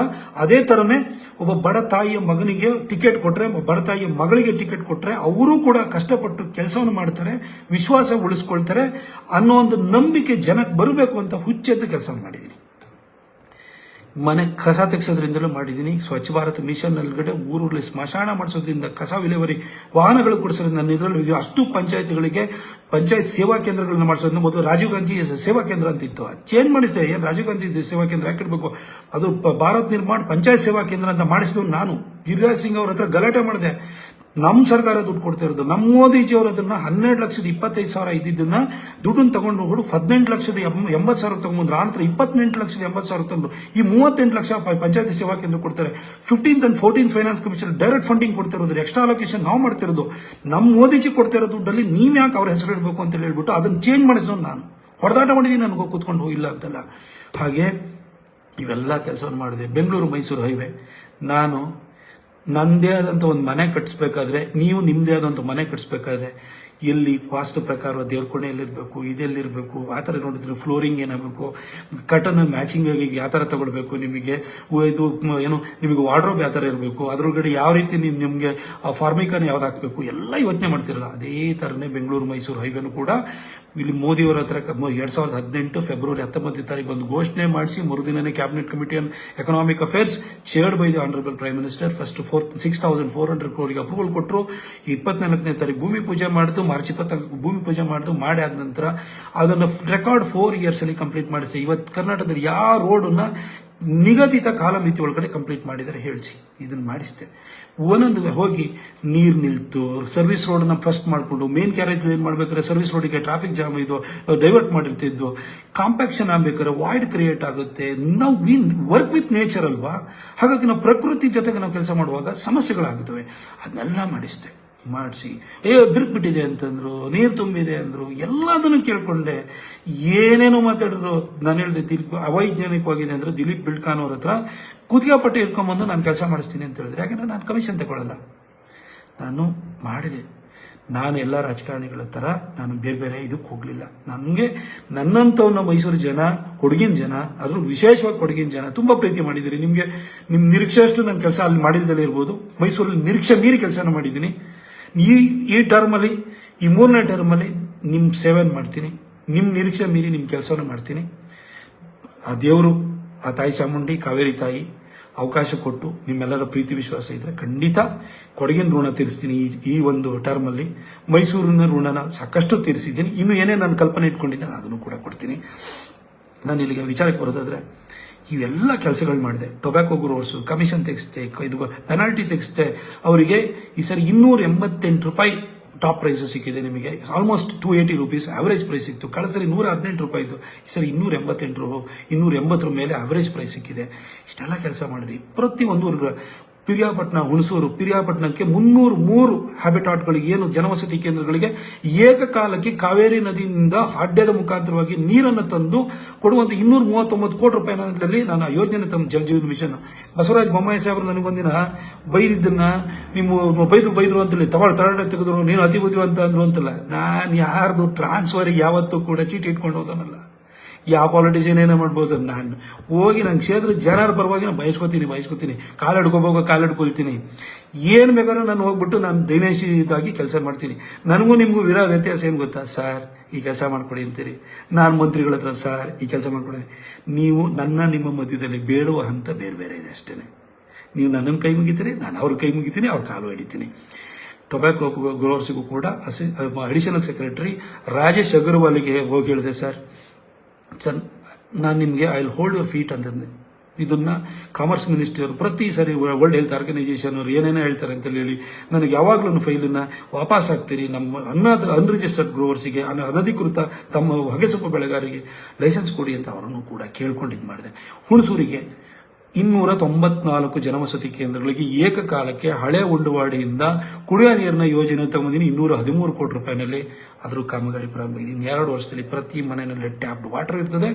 ಟ್ಯಾಪ್ ತಿರ್ಸಿದ್ರೆ ಗ್ಯಾಸು ಬರುತ್ತೆ. ಈ ಕೆಲಸ ಮಾಡೀನಿ. ಇವನೇನು ಜಗಳ ಮಾಡ್ತಾನೆ ಅಂತ. ಗ್ಯಾಸ್ ಪೈಪ್ ಲೈನ್ ಹಾಕಿರೋ ನನ್ಗೇನ್ರಿ ಇಲ್ಲಪ್ಪ. ನಾನು ಕೂತ್ಕೊಂಡು ಮೂರದಲ್ಲಿ ಬದಲಿ ಸೈಟ್ಗಳನ್ನ ಎಲ್ಲ ಮಾಡಿಸ್ಕೊಂಡು, ಯಾರೋ ಬರ್ತಾರೆ, ರೈತಂದು ಭೂಮಿ ಕಳೆದೋಗಿರ್ತದೆ, 50% ರೇಷಿಯೋದಲ್ಲಿ ಮಾಡ್ಕೊಂಡಿದ್ರೆ ನಾನು ಇವತ್ತು 100 ಕೋಟಿಗೆ ಇರ್ತಾ ಇದ್ದೆ. ನಾನು ಮೂಡಾದಲ್ಲಿ ನಾನು ಬಿದಿರುಗೂಡಿಂದ 2ನೇ ಸ್ಟೇಜ್ ನೀರು ತಗೋಬರೋದಕ್ಕೋಸ್ಕರವಾಗಿ, ಕಬ್ಬಿನಿಂದ ನೀರು ತರೋದಕ್ಕೋಸ್ಕರ 150 ಕೋಟಿಗೋಸ್ಕರ ಹೊಡೆದಾಡಿದ್ದೀನಿ. ನಾನು ಮೂಡಾದಲ್ಲಿ 50-50 ಸೈಟಿಗೆ ಹೋಗಲಿಲ್ಲ ಯಾವತ್ತೂ ಕೂಡ. ಕೆಲಸವನ್ನು ಮಾಡಿದ್ದೀನಿ ನಾನು. ಹಾಗೆ ಇವೆಲ್ಲ ವ್ಯವಹಾರ ಬಿಟ್ಟು ಜನರ ಜೊತೆಗೆ ಜನರಿಗೋಸ್ಕರ ಕೆಲಸವನ್ನು ಮಾಡಿದೆ. ಮೈಸೂರಿಗೆ ರಿಂಗ್ ರೋಡನ್ನ ಆಸ್ಫಾಲ್ಟಿಂಗ್ ಮಾಡಿಸ್ತೇನೆ, ನ್ಯಾಷನಲ್ ಹೈವೇ ಮಾಡಿಕೊಂಡೆ, ಕರೆಂಟ್ ಹಾಕಿಸಿದೆ. ಇವತ್ತು ರಿಂಗ್ ರೋಡಲ್ಲಿ ನೀವು ರಾತ್ರಿ 9 ಗಂಟೆಗೆ ಹೋಗಿ ವಾಕ್ ಮಾಡೋರು ಜನ ಇರ್ತಾರೆ. ಮೊದಲೇನು ಮೋರಿ ಹತ್ರ ಹೋಗ್ಬಿಟ್ಟು ಬಾಟ್ಲು ಬಿಚ್ಕೊಂಡು ಕೂತಿರೋರು ಇದ್ರು, ಚೈನ್ ಸ್ನ್ಯಾಚ್ ಮಾಡೋಕೆ ಬರೋರು. ಇವತ್ತು LED ಲೈಟ್ ಹಾಕಿರೋದ್ರಿಂದ ಎಷ್ಟು ಚಂದವಾಗಿದೆ ನೋಡಿ. ವಾಕ್ ಮಾಡ್ತಾರೆ, ಧೈರ್ಯದಿಂದ ಹೋಗ್ತಾರೆ. ಅದ್ರ ಮೀಡಿಯಾನಲ್ಲಿರೋ ಗಿಡ ಹಾಕ್ಸಿರೋದು ನಾನು, ಸೈಡಲ್ಲಿ ಸರ್ವಿಸ್ ರೋಡಲ್ಲಿರೋ ಗಿಡ ಹಾಕ್ಸಿರೋದು ನಾನು. ಯಾಕಂದ್ರೆ ಮಲ್ನಾಡಿಂದ ಬಂದಿರೋ ನಾನು. ಮರಗಿಡಗಳ ಬಗ್ಗೆ ನನಗೂ ಪ್ರೀತಿ ಇದೆ. ಚಾಮುಂಡಿ ಬೆಟ್ಟದ ಅಭಿವೃದ್ಧಿ ತಂದೆ. ಹಾಗೆ ಎಕ್ಸಿಬಿಷನ್ ಗ್ರೌಂಡ್ ಅಭಿವೃದ್ಧಿಗೋಸ್ಕರ 80 ಕೋಟಿನ ತಗೊಂಡ್ಬಂದೆ. ಇನ್ಲ್ಯಾಂಡ್ ಕಂಟೈನರ್ ಡಿಪೋ ನಾಳೆ ಬೆಳಗ್ಗೆ ಇನಾಗ್ರೇಟ್ ಮಾಡ್ತಿದ್ದೀನಿ. ಅದು ಮೋದಿಜಿಯವರ ವಿಡಿಯೋ ಕಾನ್ಫರೆನ್ಸ್ ಮುಖಾಂತರ ಅಲ್ಲಿಂದ ಇನಾಗ್ರೇಟ್ ಮಾಡ್ತಾರೆ. ರಾಜ್ಯದ 2ನೇ ಇನ್ಲ್ಯಾಂಡ್ ಕಂಟೈನರ್ ಡಿಪೋ, ಒಂದು ವೈಟ್ ಫೀಲ್ಡ್ ಅಲ್ಲಿ ಇದೆ, ಅದನ್ನು ಮೈಸೂರಿಗೆ 2ನೇ ತಗೊಂಡ್ಬಂದಿದ್ದೀನಿ. ಮಲ್ಟಿ ಮೋಡಲ್ ಲಾಜಿಸ್ಟಿಕ್ ಪಾರ್ಕ್ ಅಥವಾ ಕಂಟೈನರ್ ಕಾರ್ಪೊರೇಷನ್ ಆಫ್ ಇಂಡಿಯಾದ goods terminal, railway goods terminal ಅಂತ, ಯಾಕಂದ್ರೆ ಇಂಡಸ್ಟ್ರಿ ಡೆವಲಪ್ಮೆಂಟ್ಗೆ ಇಂಪಾರ್ಟೆಂಟು, ಅದನ್ನು ತಗೊಂಡ್ಬಂದಿದ್ದೀನಿ. ಹಾಗೆ ಕೊಡಗಿನಲ್ಲೂ ಕೂಡ ನಿಮಗೆ ಕ್ರಿಟಿಕಲ್ ಕೇರ್ ಸೆಂಟರ್ ಮಾಡಲಿಕ್ಕೆ 29 ಕೋಟಿನ ತಗೊಂಡ್ಬಂದೆ. ಅದಕ್ಕೆ 100 ಕೋಟಿ ರೂಪಾಯಿನ ಡಾಕ್ಟರ್ ಅಶ್ವಥ್ ನಾರಾಯಣ ಅವರು ಮೆಡಿಕಲ್ ಎಜುಕೇಷನ್ ಮಿನಿಸ್ಟರ್ ಆಗಿದ್ದಾಗ ಅದನ್ನ ನ್ಯೂ ಮೆಡಿಕಲ್ ಕೌನ್ಸಿಲ್ ಬಿಲ್ ಪ್ರಕಾರವಾಗಿ ಅದನ್ನ 750 ಬೆಡೆಡ್ ಮಾಡಬೇಕು, ಅದಕ್ಕೋಸ್ಕರ ಅದ್ರ ಬಿಲ್ಡಿಂಗ್ ವಿಸ್ತರಣೆ ಮಾಡಲಿಕ್ಕೆ ಅದಕ್ಕೂ 100 ಕೋಟಿ ತಗೊಂಡ್ಬಂದಿದ್ದು. ಅಲ್ಲೂ ಕೂಡ ಜಲಜೀವನ್ ಮಿಷನ್ ಅಲ್ಲಿ 150 ಕೋಟಿ. ಹಾಗೆ ಅಮೃತ್ ಯೋಜನೆಯಲ್ಲಿ ಕುಶಾಲನಗರ, ಸೋಮವಾರಪೇಟೆ, ಮಡಿಕೇರಿ ಮತ್ತು ವಿರಾಜಪೇಟೆ ಇದ್ರದ್ದು ಕುಡಿಯೋ ನೀರು ಕೊಡೋದಕ್ಕೋಸ್ಕರ 146 ಕೋಟಿ ತಗೊಂಡಿದ್ವಿ. ಎಲ್ಲ ನಮ್ಮ MLA ಕೂಡ ಕೈ ಜೋಡಿಸಿ ಕೆಲಸ ಮಾಡಿದ್ದಾರೆ. ಮೈಸೂರಿನಲ್ಲಿ 4 ಪಟ್ಟಣ ಪಂಚಾಯತಿ, 1 ನಗರಸಭೆಯ ಕುಡಿಯೋ ನೀರನ್ನು ಕೊಡೋದಕ್ಕೋಸ್ಕರವಾಗಿ 361 ಕೋಟಿ ರೂಪಾಯಿ ತಗೊಂಡಿದ್ದೀನಿ. ಎಲ್ಲ ಕೆಲಸ ಕಾಮಗಾರಿಗಳು ನಡೀತಾ ಇದೆ. ಹಳೆ ಗುಂಡುವಾಡಿ GT ದೇವೇಗೌಡರ ಕನಸಿನ ಕೂಸು, ಅದಕ್ಕೆ ಇನ್ನೂ 250 ಕೋಟಿ ಎಕ್ಸ್ಟ್ರಾ ಕೊಡಿಸ್ಬಿಟ್ಟು ಅದಕ್ಕೂ ಕೂಡ ಅದರಿಂದಲೂ ಕುಡಿಯೋ ನೀರನ್ನ ತಗೊಂಡ್ಬರ್ತಾ ಇದ್ದೀನಿ. ಎಲ್ಲ ಕೆಲಸ ಮಾಡಿರೋ ಜೊತೆಗೆ ಮೈಸೂರಿಗೆ ಮೆಟ್ರೋ ತರ್ತೀನಿ. ನಾನು ಪ್ರಾಮಿಸ್ ಮಾಡಿದ್ದೀನಿ, ಮೆಟ್ರೋ ತರ್ತೀನಿ. ನೀವು ಯಾರು ನನ್ನ ಕ್ರಿಕೆಟ್ ಸ್ಟೇಡಿಯಂ ಮಾಡು ಅಂತ ಹೇಳಿಲ್ಲ. ಉಯ್ಲಾಳು ಹತ್ರ ಅದಕ್ಕೂ ಜಾಗ ಕೊಡಿಸಿ ಅದನ್ನೂ ಕೂಡ ಮಾಡಿಸ್ತೀನಿ. 26 ಎಕರೆ ಜಾಗ ಕೊಡಿಸಿದ್ವಿ. ಬ್ರಿಜೇಶ್ ಪಟೇಲ್ ಅವ್ರ ಹತ್ರ ಹೋಗಿ ಮಾತಾಡಿ ಅದಕ್ಕೆ ಅವರು ದುಡ್ಡನ್ನು ಇನ್ವೆಸ್ಟ್ಮೆಂಟ್ ಮಾಡಲಿಕ್ಕೂ ಮುಂದೆ ಬಂದಿದ್ದಾರೆ. ಎಲ್ಲ ಕೆಲಸನೂ ಮಾಡಿದ್ದೀನಿ. ನಾನು ನಿಮಗೆ ಅದ್ರ ಜೊತೆಗೆ ಗ್ರೇಟರ್ ಮೈಸೂರು ಕನ್ಸ್ಕೊಂಡಿನಿ, ಔಟರ್ ಪೆರಿಫೆರಲ್ ರಿಂಗ್ ರೋಡು. ನೀವೆಲ್ಲ ಟಿವಿಯಲ್ಲಿ ಎಲ್ಲ ಪ್ರತಾಪ್ ಸಿಂಹ ಟಿಕೆಟ್ ಸಿಗುತ್ತೋ ಇಲ್ವಾ ನೋಡಿ, ಅದು ತಾಯಿ ನಿರ್ಧಾರ ಮಾಡ್ತಾಳೆ. ಇಲ್ಲಿವರೆಗೂ ಅವಕಾಶ ಕೊಟ್ಟಾಳೆ. ನಾನು I should be grateful to goddess Chamundeshwari and Kaveri Mata, Iggutappa, ಹಾಗೆ ದ ಪೀಪಲ್ ಆಫ್ ಮೈಸೂರು ಮತ್ತು ಕೊಡಗು. ನೀವು ಇಷ್ಟು ಕೊಟ್ಟಿದ್ದೀರಿ.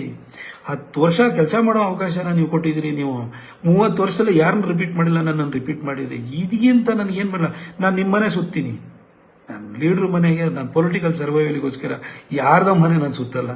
ಇಷ್ಟು ನಾನು ಕೆಲಸವನ್ನು ಮಾಡಿದ್ದೀನಿ. ಜೊತೆಗೆ ಈ ಒಂದು ಗ್ರೇಟರ್ ಮೈಸೂರು ಕನಸು ಜೊತೆಗೆ ಔಟರ್ ಪೆರಿಫೆರಲ್ ರಿಂಗ್ ರೋಡಿಗೂ ಕೂಡ ನಿನ್ನೆ ನಿತಿನ್ ಗಡ್ಕರಿ ಅವ್ರ ಹತ್ರ ಕೇಳಿದ್ದೀನಿ.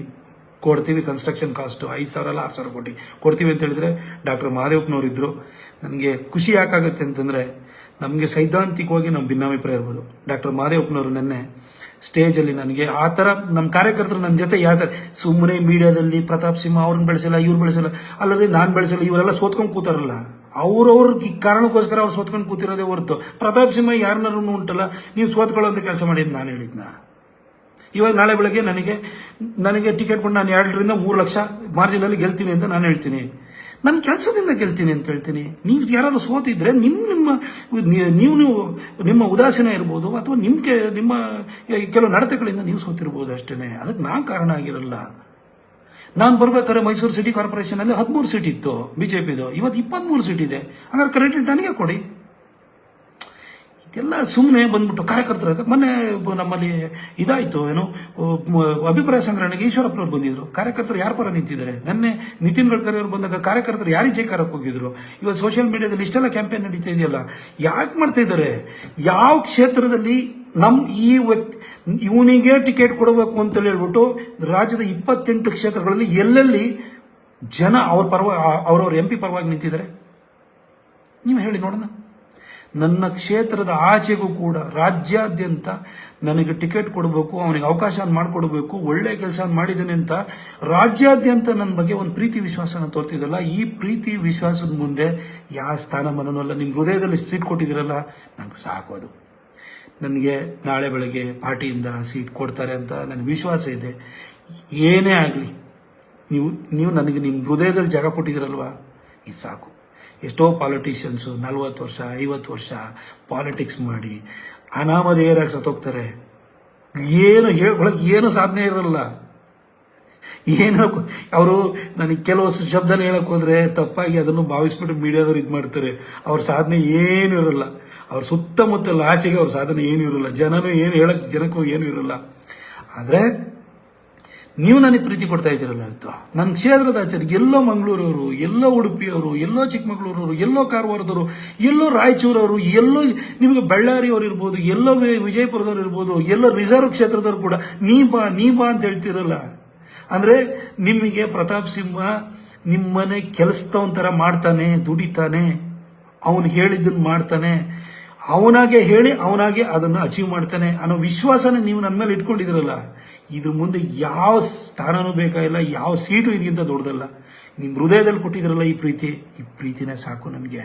ನಾನು ಅದಕ್ಕೆ ನಿಮಗೆ ತುಂಬ ಜನ ನೀವು ಪ್ರೀತಿಯಿಂದ ನನಗೆ ಟ್ವೀಟ್ ಮಾಡಿದೆ, ಸರ್ ನಿಮಗೆ ಸಿಗಲಿ. ಎಷ್ಟು ಜನ ಪ್ರಾರ್ಥನೆ ಮಾಡ್ತಾರೆ ನನಗೆ, ಸರ್ ಮಾದಾಪುರ ಇದಕ್ಕೆ ಹೋಗಿದ್ದೆ, ನಾನು ಬೆಟ್ಟಕ್ಕೆ ಹೋಗಿದ್ದೆ, ನಿಮ್ಗೆ ಹಾರೈಕೆ ಮಾಡ್ಕೊಂಡಿದ್ದೀನಿ ಸರ್. ನನಗೆ ನನ್ನೆ ಒಬ್ಬರು ಕಾಲ್ ಮಾಡಿದ್ರು, ಘಾಟಿ ಸುಬ್ರಹ್ಮಣ್ಯಕ್ಕೆ ಹೋಗಿದ್ದೀನಿ ಸರ್, ನನಗೆ ಅಲ್ಲೊಂದು ಈಗ ಅರ್ಚನೆ ಆಗ್ತದೆ ಸರ್, ಫೋಟೋ ಕಳಿಸ್ಬಿಟ್ಟು ಪ್ರಾರ್ಥನೆ ಮಾಡ್ಕೊಳ್ಳಿ ಸರ್ ಅಂತ ಹೇಳ್ತಾರೆ. ಎಷ್ಟು ದೇವಸ್ಥಾನಕ್ಕೆ ನೀವು ಹೋಗಿ ನೀವು ಪ್ರಾರ್ಥನೆಯನ್ನು ಇಟ್ಟಿದ್ದೀರಲ್ವ, ನೀವು ಪ್ರಾರ್ಥಿಸಿದ್ರಲ್ಲ ನನಗೋಸ್ಕರವಾಗಿ. ಈ ಪ್ರೀತಿ ಎಷ್ಟು ಜನ ಸಿಗುತ್ತೆ ರೀ ಹೇಳಿ? ಎಷ್ಟು ಜನ MP ಗಳಿಗೆ ಈ ಪ್ರೀತಿ ಸಿಗ್ತಾ ಇದೆ? ಇಷ್ಟು ಕೊಟ್ಟಿದ್ರಲ್ಲ, 10 ವರ್ಷಕ್ಕೆ ಇಷ್ಟು ಪ್ರೀತಿ ಕೊಟ್ಟಿದ್ರಲ್ಲ, 10 ವರ್ಷಕ್ಕೆ ನಿಮ್ಮ ಪ್ರೀತಿ ವಿಶ್ವಾಸನ ನನ್ನ ಕ್ಷೇತ್ರದಾಚೆಗೂ ಕೂಡ ನಾನು ಸಂಪಾದನೆ ಮಾಡ್ಕೊಂಡಿಲ್ಲ. ಯಾವ MP ಗೆ ಅವ್ರವ್ರ ಕ್ಷೇತ್ರದಲ್ಲಿ ಜನ ಬಂದ್ಬಿಟ್ಟು ಇವ್ನಿಗೆ ಟಿಕೆಟ್ ಕೊಡಬೇಕು ಅಂತ ಹೇಳ್ಬಿಟ್ಟು ಅವನ ಜಾತಿಯವ್ರ ಆಚೆಗೂ ಕೂಡ ಯಾರು ಬಂದು ಕೇಳ್ತಾರೆ ಹೇಳಿ? ನಾನು ಯಾವತ್ತೂ ಜಾತಿ ಭಾವನೆನೂ ಮಾಡಿಲ್ಲ, ಯಾವತ್ತೂ ಆ ಥರ ಟ್ರೀಟು ಮಾಡಿಲ್ಲ. ನನ್ನ ಪರ್ಸನಲ್ ಸ್ಟಾಫಲ್ಲೂ ಕೂಡ ನಾನು ಯಾರನ್ನೂ ಜಾತಿಗಳನ್ನ ಇಟ್ಕೊಂಡಿಲ್ಲ. ಎಲ್ಲ ಜಾತಿಯವರು ಇದ್ದಾರೆ ನನ್ನ ಜೊತೆ.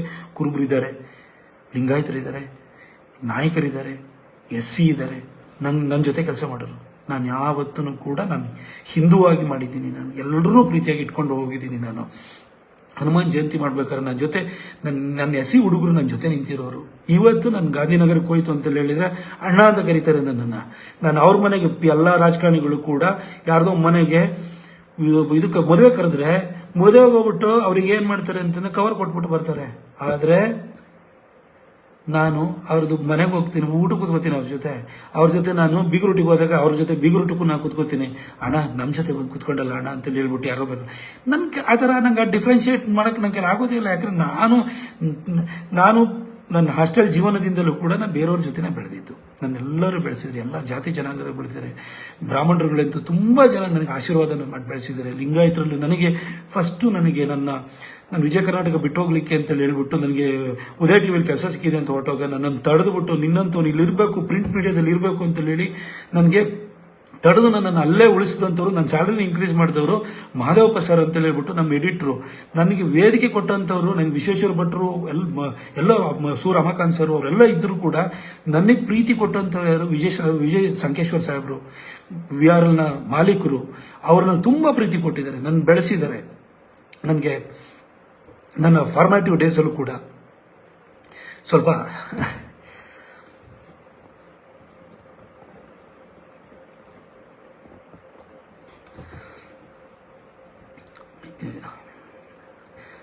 ಅವ್ರ ವಿಷಯದಲ್ಲಿ ಸ್ವಲ್ಪ ಭಾವುಕಾದೆ ಅಷ್ಟೇ. ಇಲ್ಲಿ ವಿಜಯ್ ಸಂಕೇಶ್ವರ್ ಸಾಹೇಬರು ತುಂಬ ಪ್ರೀತಿಯಿಂದ ನನಗೆ ವೇದಿಕೆ ಕೊಟ್ಟರು, ಬೆಳೆಸಿದರು. ನನಗೆ ಬೈದಿದ್ದಾರೆ, ಕೆಲಸದಿಂದ ತೆಗಿಯಂತಲೂ ಹೇಳಿದ್ದಾರೆ. ನಾನು ಕೆಲವೊಂದು ಆರ್ಟಿಕಲ್ ಬರೆದಾಗ ಫೋನ್ ಮಾಡಿಬಿಟ್ಟು ಅದ್ಭುತವಾಗಿ ಬರೆದಿದ್ದೀಯ ಅಂತೇಳಿ ಹೇಳಿದ್ದಾರೆ. ನನಗೆ 23-24 ವರ್ಷದ ಹುಡುಗ ನಮ್ಮ ಮಾಲೀಕರು ಫೋನ್ ಮಾಡಿ ಇಷ್ಟು ಚೆನ್ನಾಗಿ ಬರೆದಿದ್ದೀಯ ಅಂತ ಹೇಳಿದಾಗ ಆ ಒಂದು ಶಕ್ತಿ ತುಂಬ ಜಾಸ್ತಿ ಆಗ್ತಿತ್ತು. ಹೀಗೆ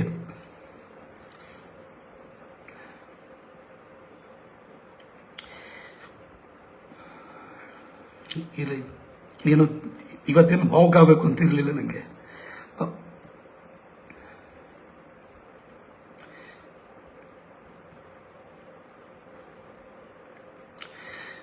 ನಮ್ಮ ಸಂಕೇಶ್ವರ ಸಾಹೇಬ್ರ ಬಗ್ಗೆ ಹೇಳ್ತಿದ್ದೆ. ಅವರು ನನ್ನ ಜೀವನದಲ್ಲಿ ತುಂಬ ದೊಡ್ಡ ಪಾತ್ರನ ವಹಿಸಿದ್ದಾರೆ. ನಾನು ಯಾಕೆ ಹೇಳ್ತಿದ್ದೀನಿ ಅಂತಂದರೆ, ನಾವು ಬೆಳೆಯುವಾಗ ಯಾರೊಬ್ಬರು ವೇದಿಕೆಯನ್ನು ಕೊಡ್ತಾರೆ. ಆ ವೇದಿಕೆ ಸಿಕ್ಕಾದ್ಮೇಲೆ ನಮ್ಮ ಪ್ರತಿಭೆ ತೋರಿಸ್ತೀವಿ, ಇನ್ನೂ ದೊಡ್ಡ ಹಂತಕ್ಕೆ ಬೆಳಿತೀವಿ. ಆದರೆ ಮೂಲದಲ್ಲಿ ನಮ್ಮ ಬೆಳೆಸಿದವ್ರನ್ನ ಮರಿಬಾರ್ದು. ಹಾಗಾಗಿ ನಾನು ಸಂಕೇಶ್ವರ ಸಾಹೇಬ್ರ ಬಗ್ಗೆ ಒಂದು ಭಾವುಕನಾಗಿರ್ಬೋದು, ಬಟ್ ನನ್ನ ಕೃತಜ್ಞತಾ ಭಾವವನ್ನು ವ್ಯಕ್ತಪಡಿಸ್ತಾ ಇದ್ದೀನಿ. ಹಾಗೆ ವಿಶ್ವೇಶ್ವರ ಭಟ್ರು ನಮ್ಮ ಟಿಕೆಟ್ ಕೊಡಿಸೋದ್ರಲ್ಲೂ ಕೂಡ ಅವ್ರ ಪಾತ್ರ ಇದೆ, ನಾನು ಬಂದು ಗೆಲ್ಸೋದ್ರಲ್ಲೂ ಪಾತ್ರ ಇದೆ. ಎಲ್ಲ ರೀತಿಯಲ್ಲೂ ನನ್ನ ಕೈ ಹಿಡಿದು ಬೆಳೆಸಿದರು, ಎಲ್ಲ ಜಾತಿಯವರು ಬೆಳೆಸಿದರು. ವೀರಶೈವರು, ಬ್ರಾಹ್ಮಣರು, ಆಮೇಲೆ ಇಲ್ಲಿ ರಾಜಕಾರಣಕ್ಕೆ ಬಂದಾದ್ಮೇಲೆ ಎಲ್ಲ ಜಾತಿ ಜನಾಂಗದವರು, ಒಕ್ಕಲಿಗರು ಇರ್ಬೋದು, ಮತ್ತು ವೀರಶೈವರು ಇರ್ಬೋದು, ನಾಯಕ ಕಮ್ಯುನಿಟಿ ಇರ್ಬೋದು, ನಿಮ್ಮ ಕುರುಬ ಸಮಾಜದವರು ಕೂಡ ನನಗೆ ಲೀಡ್ ಕೊಟ್ಟಿರೋ ಬೂತ್ಗಳಿದ್ದಾವೆ. SC ಸಮಾಜದವ್ರು ಲೀಡ್ ಕೊಟ್ಟಿರೋ ಬೂತ್ಗಳಿದ್ದಾವೆ, ಎಲ್ಲರೂ ಬೆಳೆಸಿದ್ರಿ ನೀವು. ಹಾಗಾಗಿ ನಾನು ಇಲ್ಲಿ ಬಂದಾದ್ಮೇಲೆ ನಾನೊಬ್ಬ ಎಲ್ಲರಿಗೂ ಸಲ್ಲುವ ಸಂಸದನಾಗಿ ನಾನು ಕೆಲಸ ಮಾಡಿದ್ದೀನಿ, ಇಷ್ಟೆಲ್ಲ ಮಾಡಿದ್ದೀನಿ. ಆದರೆ ರಾಜಕಾರಣದಲ್ಲಿ ದ್ವೇಷ, ಅಸೂಯೆ ಎಲ್ಲವೂ ಇರ್ತವೆ. ನಾನು ಮೊನ್ನೆ ಡಾಕ್ಟರ್ ಮಂಜುನಾಥ್ ಇದ್ದಾರಲ್ಲ, ಅವ್ರದ್ದು ಇದನ್ನು ಕೇಳ್ತಿದ್ದೆ.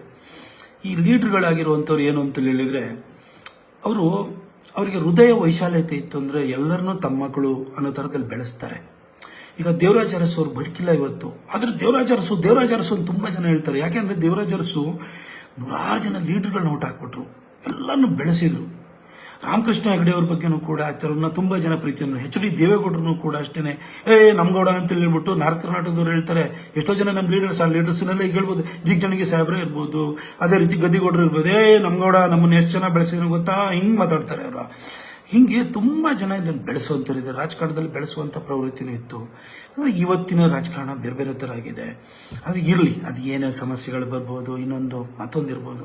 ಆದರೆ ನಾನಿವತ್ತು ನಿಮ್ಗೆ ಹೇಳಿ ಬಯಸಿರೋದು, ನಾನಿವತ್ತರೆಗೂ 10 ವರ್ಷದಲ್ಲಿ ನನಗೆ ಸಂಘ, ನಮ್ಮ ಪಕ್ಷದ ಹಿರಿಯರು ಅವಕಾಶ ಮಾಡಿಕೊಟ್ಟಿದ್ದಾರೆ. ಮೋದಿಜಿಯವರ ಹೆಸರಿನಲ್ಲಿ ಬಂದು ಅವ್ರ ಹೆಸರಿಗೆ ಒಂದು ಯಾವತ್ತೂ ಕೂಡ ಅವ್ರ ಹೆಸರು ಇನ್ನೂ ಕೂಡ ಉಜ್ವಲ ಆಗಬೇಕು. ಮೈಸೂರಿನಲ್ಲೂ ಕೂಡ ನಿಮ್ಮ MP ನಿಮ್ಮ ಹೆಸರಲ್ಲಿ ಓಟ್ ಹಾಕಿದೆ, ಅವ್ನು ಏನೋ ಮಾಡಲಿಲ್ಲ, ಸೋಮಾರಿ ಥರ ಕೆಲಸ ಕೂತ್ಕೊಂಡ ಅಂತ ಯಾವತ್ತೂ ಅನ್ನಿಸ್ಬಾರ್ದು.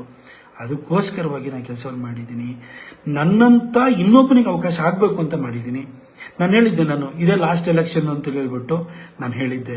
ಯಾಕೆ ಅಂತ ಹೇಳಿದ್ರೆ, 15 ವರ್ಷದಲ್ಲಿ ಮೋದಿಜಿ ಅಂತ ಪ್ರಧಾನಿ ಕೆಳಗಡೆ ಕೆಲಸವನ್ನ ಮಾಡಿ ನಾವು ಪ್ರೂವ್ ಮಾಡಲಿಲ್ಲ ಅಂತಂದ್ರೆ ಅದಕ್ಕೆ ಏನರ್ಥ? ಸುಮ್ಮನೆ ಏನು ಗೂಟದ ಕಾರಲ್ಲಿ ಓಡಾಡ್ಕೊಂಡಿರೋದಕ್ಕ, ಅಥವಾ ಎಲ್ಲರಿಗೂ ತೋಟದ ಮನೆ ಇನ್ನೊಂದು ಮಾಡ್ಕೊ ಆಸ್ತಿ ಪಾಸ್ತಿ ಮಾಡ್ಕೊಳಕ್ಕೆ ಅದಕ್ಕೆ ನಾವು ಬಂದಿರೋದಲ್ಲ. ನಂತರ ಇನ್ನೊಬ್ಬನ ಯಂಗ್ಸ್ಟರ್ಗಳನ್ನ ಬೆಳೆಸ್ಬೇಕು ಅನ್ನೋದು ನನ್ನ ಉದ್ದೇಶವಾಗಿತ್ತು. ಅದಕ್ಕೋಸ್ಕರವಾಗಿ ಒಬ್ಬ ಹಿನ್ನೆಲೆ ಇಲ್ಲದೆ ಇದ್ದವನಿಗೂ ಟಿಕೆಟ್ ಕೊಟ್ಟು ಗೆಲ್ಸಿದ್ರೆ ಅವನು ನಿಮ್ಮ ಮನೆ ಕೆಲಸದವನ ಥರ ಚಾಕ್ರಿ ಮಾಡ್ತಾನೆ. ಅವನ ಕೈ ಹಿಡಿಬೇಕು, ನಂತರ ಯಂಗ್ಸ್ಟರ್ಸ್ನ ಬೇರೆಯವ್ರನ್ನ ಕೈ ಹಿಡಿಬೇಕು ಅನ್ನೋ ಕಾರಣಕ್ಕೆ ಹಠ ಹಿಡಿದು ಕೆಲಸವನ್ನು ಮಾಡಿದ್ದೀನಿ. 10 ವರ್ಷ ನೀವು ನನ್ನ ಜೊತೆ ನಿಂತಿದ್ದೀರಿ. ನಿಮ್ಮೆಲ್ಲರಿಗೂ ಕೂಡ ನಾನು ಕೃತಜ್ಞತೆಯನ್ನು ವ್ಯಕ್ತಪಡಿಸ್ತೀನಿ. ದ್ವೇಷ, ಅಸೂಯೆ ಈ ರಾಜಕಾರಣದಲ್ಲಿ ಏನು ಬೇಕಾದ್ರೂ ಆಗ್ಬೋದು. ಮೋದಿಜಿನೇ ವನವಾಸಕ್ಕೆ ಹೋಗುವಂಥ ಪರಿಸ್ಥಿತಿ ಬಂದಿತ್ತು ಗುಜರಾತಲ್ಲಿ. ನಿಮ್ಗೆ ಗೊತ್ತಿರ್ಬೋದು, ನಂದೇ ಬುಕ್ ಒಳಗಡೆ ಬರ್ದಿದ್ದೀನಿ, ಸಂಸ್ಕಾರ ಧಾಮ ಅಂತ ಮಾಡ್ಕೊಂಡು ಹೋಗಿರೋಂಥದ್ದು. ನಾವೆಲ್ಲ ಯಾವ ದೊಡ್ಡ ವಿಷಯನೂ ಅಲ್ಲ. ಆ ದೇದೀಪ್ಯಮಾನಾಗಿ ವಿರಾಜಿಸುವಂಥ ಸೂರ್ಯನಿಗೆ ಗ್ರಹಣ ಹೊಡಿತದೆ, ನಮಗೆ ಯಾವ ವ್ಯತ್ಯಾಸವನ್ನಲ್ಲ. ಆದರೆ ನಾನು ನಿಮ್ಗೆ ಇಷ್ಟೇ ಹೇಳುವಂಥದ್ದು, ರಾಜಕಾರಣ ಏನೇ ಇರ್ಬೋದು, ಕೊಟ್ಟ ಕೆಲಸವನ್ನು ಅಚ್ಚುಕಟ್ಟಾಗಿ ಮಾಡಿ ಸಹಿ ಅನಿಸ್ಕೊಳ್ಳೋದ್ರಲ್ಲಿ ಬಹಳಷ್ಟು ಆತ್ಮಸಂತೃಪ್ತಿ ಇದೆ. ಕಳೆದ ಒಂದು 4-5 ದಿನಗಳಿಂದ ನೀವು ತೋರಿದಂಥ ಪ್ರೀತಿ ಇದೆಲ್ಲ ನಂಗೆ ತುಂಬ ಖುಷಿಯಾಗಿದೆ. ಈ ಪದವಿ ನಾನೀಗ MP ಆಗಿದ್ದೀನಿ, ನಾನು MP ಆಗೇ ಸತ್ತೋಗಲ್ಲ. ಒಂದಿನ ಪೊಲಿಟಿಕಲ್ ರಿಟೈರ್ಮೆಂಟ್ ಇರ್ತದೆ. ಪೊಲಿಟಿಕ್ಸ್ ಜನನೇ ಸಾಕು ಅಂತ ನಿಲ್ಲಿಸ್ಬೋದು, ಏನು ಬೇಕಾದ್ರೂ ಆಗ್ಬೋದು, ನಮ್ಮ ನಸೀಬು ಕೆಡ್ಬೋದು, ಏನು ಬೇಕಾದರೂ ಆಗ್ಬೋದು. ಆದರೆ ನಾವು ಇರುವಾಗ ಎಷ್ಟು ಕೆಲಸವನ್ನು ಮಾಡಿದ್ದೀವಿ ಅಂತ ಹೇಳ್ಬಿಟ್ಟು ನಾವು ಆ ಒಂದು ಜನರಿಂದ ಒಂದು ಪ್ರೀತಿ ವಿಶ್ವಾಸವನ್ನು ಗಳಿಸ್ಕೋತೀವಲ್ಲ, ಅದಷ್ಟೇ. ಎಷ್ಟೊಂದು ಸರಿ ಯಾರು ಮಾಸ್ಟರ್ ಹಿರಣ್ಯ ಅವ್ರು ಯಾವಾಗಲೂ ನಾಟಕದಲ್ಲಿ ಹೇಳೋರು, ಇದು ಕೆಲವರು ಮಕ್ಕಳು ಬದುಕಿದ್ರು ಸತ್ತವ್ರಂಗೆ ಇರ್ತಾರೆ, ಅದು ಸತ್ತು ಬದುಕಿರಬೇಕು ಅಂತ ಹೇಳ್ಬಿಟ್ಟು ನಮ್ಮ ಯಡಿಯೂರಪ್ಪ ಸಾಹೇಬ್ರು ಯಾವಾಗಲೂ ಹೇಳ್ತಾರೆ, ಮಾತಾಡದೆ ಸಾಧನೆ ಆಗಬಾರ್ದು, ಸಾಧನೆ ಮಾತಾಡಬೇಕು ಅಂತ. ನನ್ನ ಕೆಲಸ ಮಾತಾಡಿದ್ರಿಂದಾಗಿ ನೀವು ಇಷ್ಟೆಲ್ಲ ಪ್ರೀತಿಯನ್ನು ತೋರಿಸಿದ್ರಿ. Thank you so much. 10 ವರ್ಷ ಅವಕಾಶ ಮಾಡಿಕೊಟ್ಟಿದ್ರಿ. ನಿಮ್ಮೆಲ್ಲರ ಹಾರೈಕೆ ಮುಂದಿನ ದಿನಗಳನ್ನು ನನ್ನ ಮೇಲೆ ಇರುತ್ತೆ ಅಂತ ಭಾವಿಸ್ತೀನಿ. ಕೆಟ್ಟವರ ಅಸೂಯೆ ಮತ್ತು ಕೆಟ್ಟತನಕ್ಕೆ ಶಕ್ತಿ ಇದೆ ಅನ್ನೋದಾದರೆ, ಒಳ್ಳೆಯವರ ಹಾರೈಕೆ, ಪ್ರೀತಿ, ಆಶೀರ್ವಾದಕ್ಕೂ ಕೂಡ ದೊಡ್ಡ ಶಕ್ತಿ ಇರಬೇಕಲ್ವಾ? ನಿಮ್ಮೆಲ್ಲರ ಪ್ರೀತಿ, ಹಾರೈಕೆ, ಆಶೀರ್ವಾದ ನನ್ನ ಮೇಲೆ ಇದೆ ಅಂತ ನನಗೆ ಗೊತ್ತು. ಅದು ಕಳೆದ 3 ದಿನಗಳನ್ನ ನೋಡಿದೆ. ಎಷ್ಟೋ ಸರಿ ಏನೋ ಒಂದ್ಸರಿ ಎಂಥದೋ ನನ್ನ ಬಗ್ಗೆನೇ ಯಾವುದೋ ನನ್ನ ವರ್ತನೆಗೆ ಕೆಲಸ ಮಾಡ್ತಾನೆ, ಆದ್ರೆ ಮೂಡಿಯವನು ಯಾವ ಬೈತಾನೆ ಅಂತ ಗೊತ್ತಿಲ್ಲ ಅಂತ ಹೇಳ್ಬಿಟ್ಟು ನಾನು ಬೈಕೊಂಡು ಓಡಾಡೋರು ಕೂಡ ನನ್ನನ್ನು, ಅಯ್ಯೋ ಅವನಿಗೆ ಮಾತ್ರ ಟಿಕೆಟ್ ಮಿಸ್ ಆಗಬಾರ್ದು, ಅವನು ಒಳ್ಳೆ ಕೆಲಸ ಮಾಡ್ತಾನೆ, ಅವ್ನು ಏನಾರು ಇರಲಿ ಅವನು ಒಳ್ಳೆ ಕೆಲಸ ಮಾಡ್ತಾನೆ ಅಂತೇಳಿ ಅವರು ಫೇಸ್ಬುಕ್ಕಲ್ಲಿ ನನ್ನ ಬೈತಾ ಇದ್ದವರು ಫೇಸ್ಬುಕ್ಕಲ್ಲಿ ಇವನಿರಬೇಕು. ಎಡಪಂಥೀಯರು ಕೂಡ ನನ್ನದ್ರೊಳಗಡೆ ಕೆಲಸ ಮಾಡೋದ್ರಲ್ಲಿ ಕೂಡ ಅವನ್ನ ಮಾತಾಡೋಂಗಿಲ್ಲ, ಅವನಂತ MP ಇರಬೇಕು ಅಂತೇಳಿ ನೀವು ನನ್ನ ಡಿಟ್ರಾಕ್ಟರ್ಸ್ ಅಂತ ಯಾರು ನನ್ನನ್ನು ಟೀಕಿಸುವಂಥವ್ರು ಕೂಡ ಪ್ರೀತಿಯ ಮಾತುಗಳನ್ನಾಡಿದಿರಿ. ಇದರಿಂದ ದೊಡ್ಡದು ಏನೂ ಬೇಕಾಗಿಲ್ಲ. ಈ ಪ್ರೀತಿ ಸದಾ ಇರಲಿ.